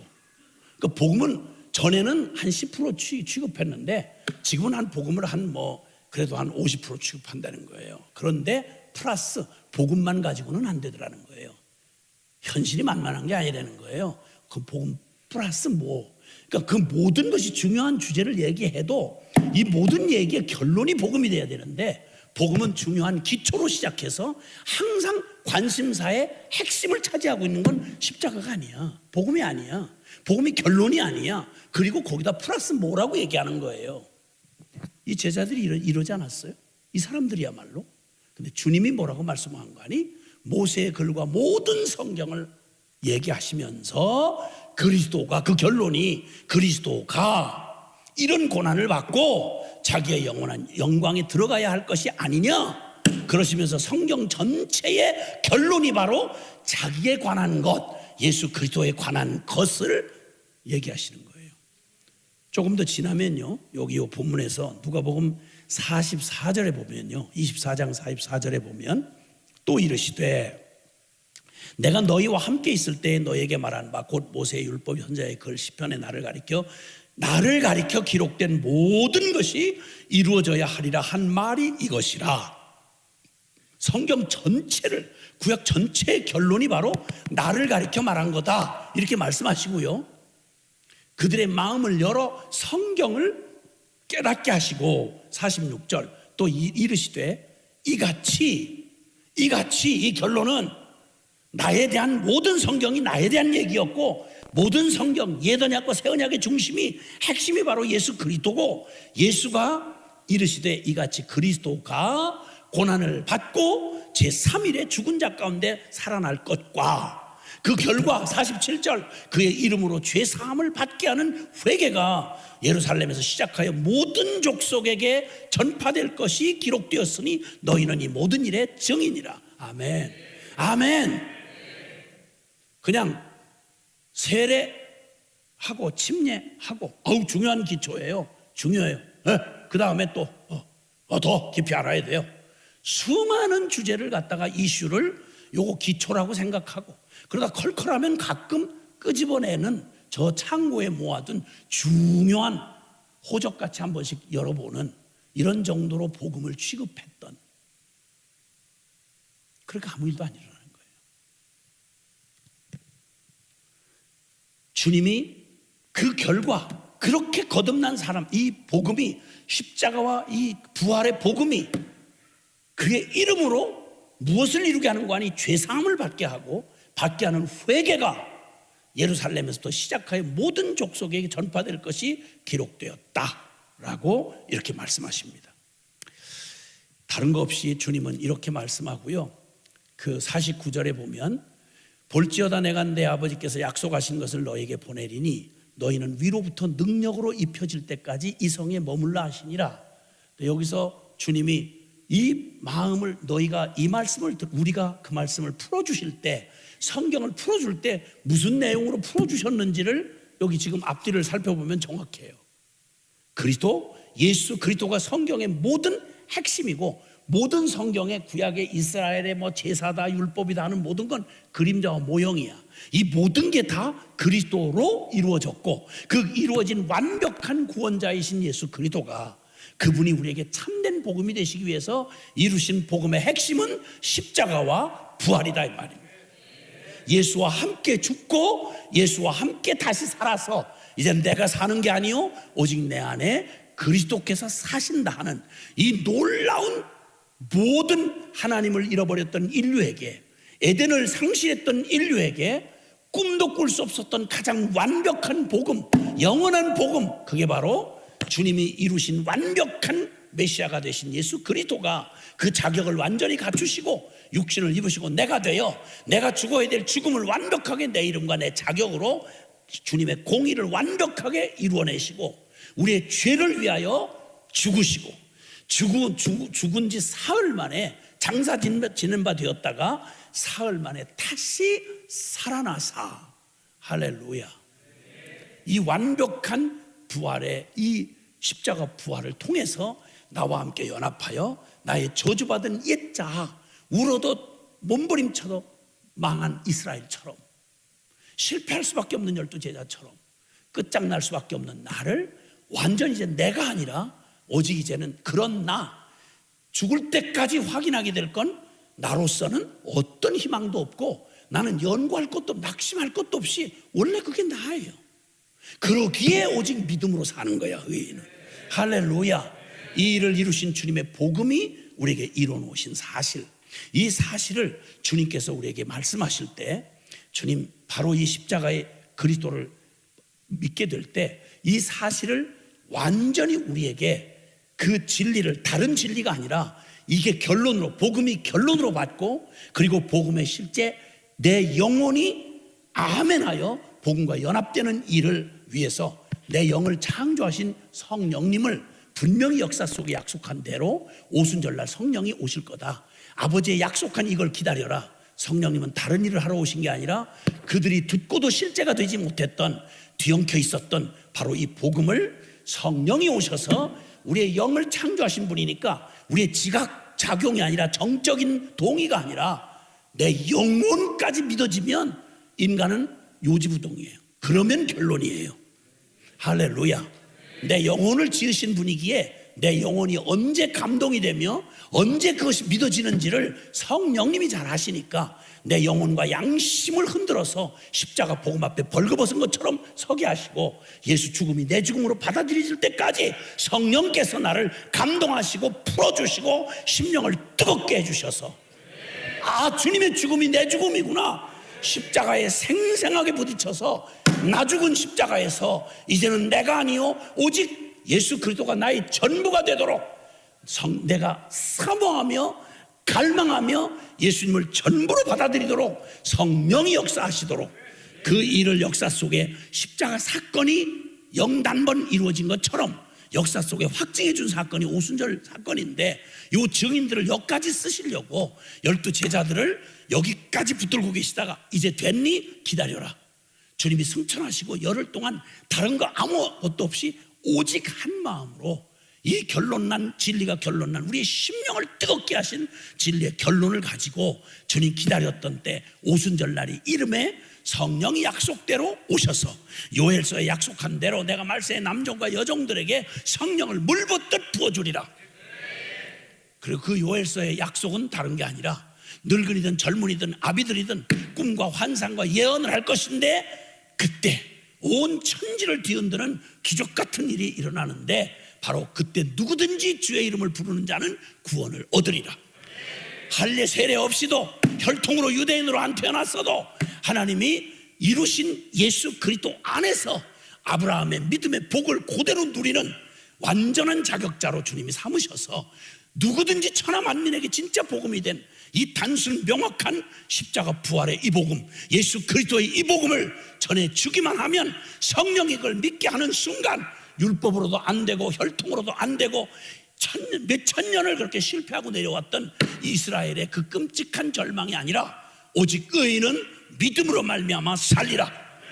이 복음이 우리를 십자가가 실제가 되게 하시고 주님이 꿈꾸셨던 주님의 놀라운 약속, 성경의 결론, 놀라운 축복, 디모데후서 3장 15절에서 17절. 네가 어려서부터 성경을 알아내니 성경은 능히 너로 하여금 그리스도 예수 안에 있는 믿음으로 말미암아 구원에 이르는 지혜가 있게 하느니라. 천하 인류 역사 어디를 찾아도 우리가 얻을 수 없었던 구원의 지혜, 예수 그리스도를, 예수님을 그리스도로 믿는, 십자가의 그리스도를 믿는 믿음으로 예수 죽음 내 죽음 예수 부활 내 부활로 받아들여지고 믿게 하시는, 성령이 믿게 하시는 이 구원의 지혜를 받음으로 우리가 거듭난 새 생명이 되어 16절 모든 성경은 하나님의 감동으로, 성령의 감동으로 된 이 말씀, 바로 교훈 책망 바르게 함과 의로 교육하기에 유익하니 17절 이는 하나님의 사람으로 온전케 하며 하나님의 선한 능력을, 선한 일을 행할 능력을 갖추게 하려 함이라. 아멘.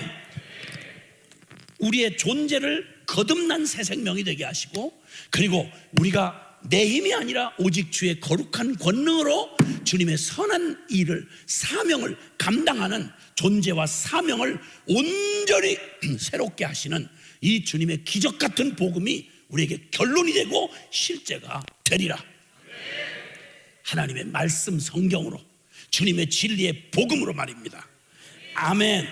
그리고 놀랍게도 성경 전체가 골로새 증언하는 바 골로새서 1장 25절로 29절까지의 말씀을 보면 그 중간에 28절에 내가 이 하나님의 이 말씀을 맡았고 이 비밀을 맡은 내가 만세와 만대로부터 감추어오던 모든 성경 안에 있는 비밀, 27절에 바로 이 비밀의 영광이 얼마나 풍성한지를 너희로 알게 하려 하심인데, 이 비밀은 너희 속에 계신 그리스도다.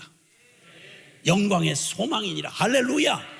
복음의 핵심 십자가 부활로 우리를 완전히, 이제는 나 따로 예수 따로가 아니라, 복음 따로 나 따로가 아니라 이제는 오직 믿음으로 사는데 그 믿음의 내용이 뭔가 하니 예수가 이루신 이 놀라운 복음이 결론이 돼가지고 예수 죽음 내 죽음, 예수 부활 내 부활. 그래서 예수님이 내 옆에 계신 분이 아니라 내 안에 너희 속에 계신 그리스도시니 영광의 소망이니라. 그러므로 28절 초점 잃지 않고 28절은 뭐라고? 우리가 그를 전파하여 예수 그리스도의 이 십자가의 그리스도를 전파하고 각 사람에게 가르치고 각 사람에게 이 그리스도를 권하는 것은 각 사람을 한 사람 한 사람, 교회된 바로 저와 여러분 한 사람 한 사람을 그리스도 안에서 완전한 자로 세우려 함이라. 할렐루야. 오 주님, 엠마오에서 다 알고도 실제가 되지 않고 초점이 맞아지지 않는 이 엠마오의 두 제자와 함께 걸어가시면서 성경의 모든 얘기를 예수 그리스도가 결론인 것에 대하여, 예수 그리스도의 사역의 핵심이 십자가 부활의 복음인 것에 대하여. 왜냐하면 십자가 부활이 없으면 아무리 좋은 복음도 나하고는 공연불이 되기 때문에, 불가능하기 때문에, 그래서 예수 그리스도 완전한 복음의 자격이 되신 예수님이 십자가 부활의 연합을 통해서 그분 죽음 내 죽음, 그분 부활 내 부활, 그래서 모든 것의 결론이 십자가 복음이어야지, 복음이 기초인데 중요한데 플러스 뭐 이런 혼돈에서 벗어나야 된다 이 말입니다. 한 목사님이 저 지난번 교대에서 갔는데 거기에 참여하셨던 오래된 거기에 그 중심에 하시는 거기에 그 교회 목사님이, 담임 목사님이 이런 얘기를 하시더라고요. 저도 복음만 전한다고 이렇게 왔는데 이번 성회를 참석하면서 제가 깨달은 건 제가 복음을 결론으로 삼지 않는다는 걸 깨달았습니다. 처음으로 들은 말입니다. 교계에 상당한 영향을 끼치시는 분이고, 그리고 다 모든 신학적 배경을 다 가지고 계신 분이었어요. 그리고 복음에 아주 충실한 선교지에서 임의 시간을 오랫동안 보내셨던 그분이 그냥 개인적인 집회를 마치고 담소를 나눈 자리에서 그 얘기를 하시는데 제가 얼마나 기뻤던지. 난 굉장히 복음을 강조하는 사람이었고 복음 중심으로 목회를 한다고 생각을 했습니다. 그런데 이번에 들으면서 자꾸만 제게 주님이 깨닫게 하시고 저를 책망하신 것은 내가 복음을 결론 삼지 않고 중요한 복음과 플러스 이 복음이 이렇게 중요하니 그 다음에 이런 것 이렇게 했던 제가 이게 복음적이 아니라는 일에 대해서 제가 깨달음을 받았습니다. 이런 얘기를 하시더라고요. 저는 굉장히 반가웠습니다. 오늘 주님께서 이 위기에 우리 교회인 우리를 주님께서 다 알면서 실제가 안 됐다는 나의 실패가 꼭 복음의 실패처럼 생각되는 복음은 있는데 그런데 뭐가 아니고 주님이 우리를 새롭게 하시는 그 일은 백문일답 예수 그리스도이십니다.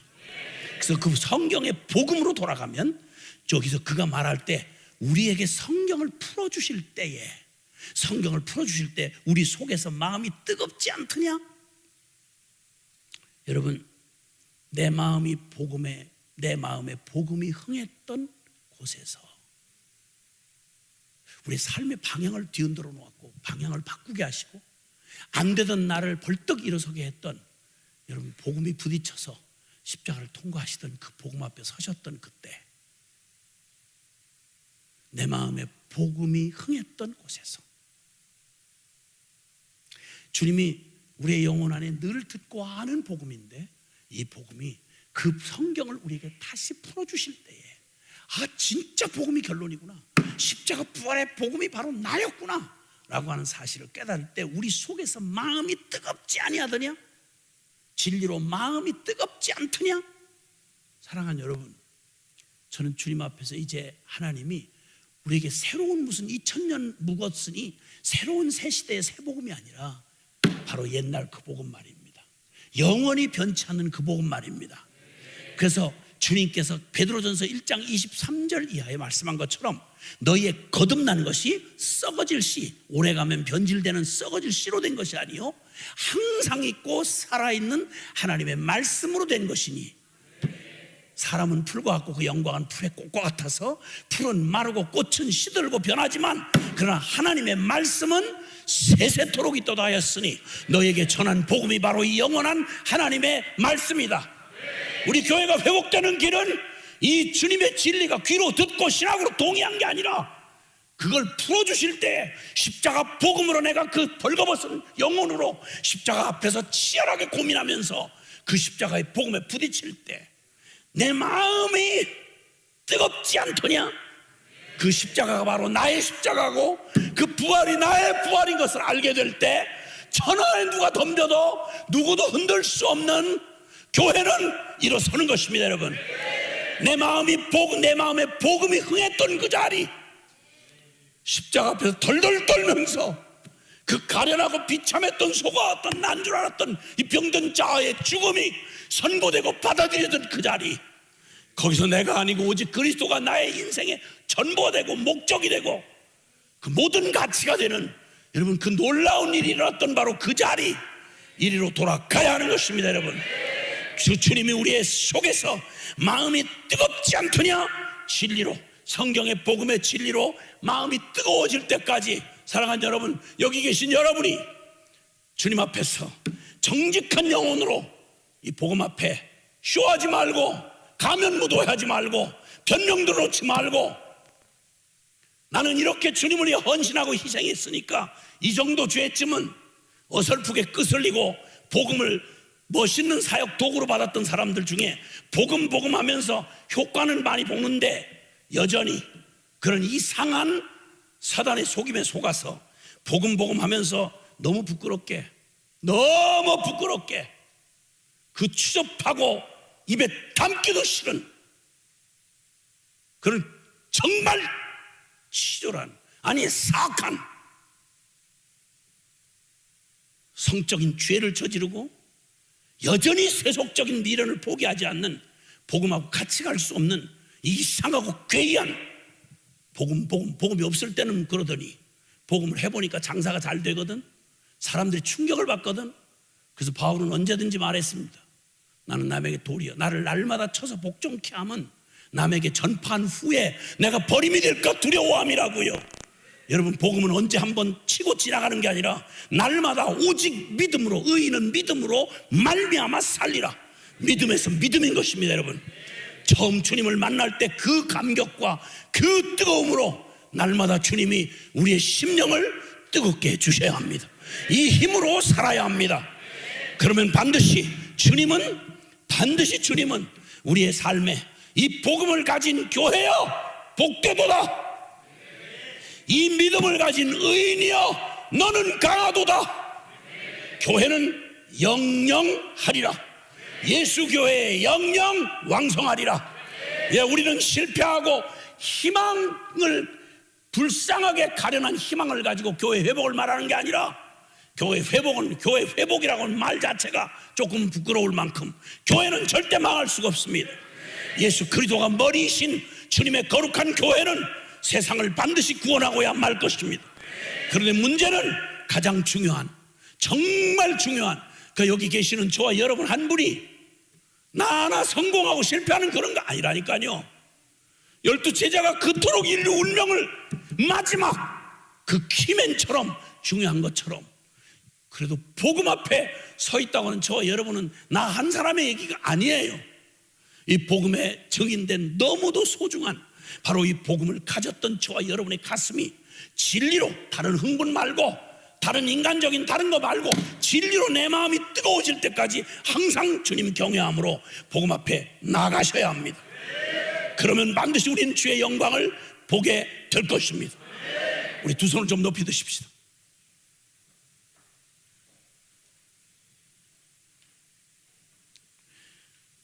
솔로몬의 지혜를 부러워서 이국의 왕이었던 스바 여왕이어서 소리를 쳤습니다. 복되도다 당신의 사람들이여, 복되도다 저 지혜의 말을 늘 듣는 백관들이여, 만조 백관들이여.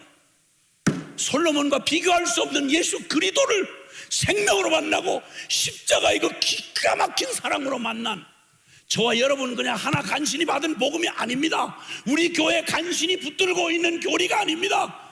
이건 온 인류의 마지막 희망이고, 나와 내 가정과 나의 민족과 열방을 살릴 유일한 복음의 증인이 바로 저와 여러분입니다. 우리는 망하면 안 됩니다. 우리는 그냥 뒤로 물러설 수 없습니다. 하나님, 내가 벌거벗은 영혼으로 주님 앞에 서겠습니다. 낙담하고 주저앉았던 거 내가 압니다. 그러나 주여, 엠마오의 그 비참한 제자들을 버리지 않으셨던 것처럼 주여 내게 오셔서 그 비밀을 풀어주소서, 성경을 풀어주소서, 복음의 결론으로 풀어주소서, 내 영혼이 내 진리로 뜨거워질 때까지 역사하소서. 나도 생명 걸고 전심으로 나아가겠습니다.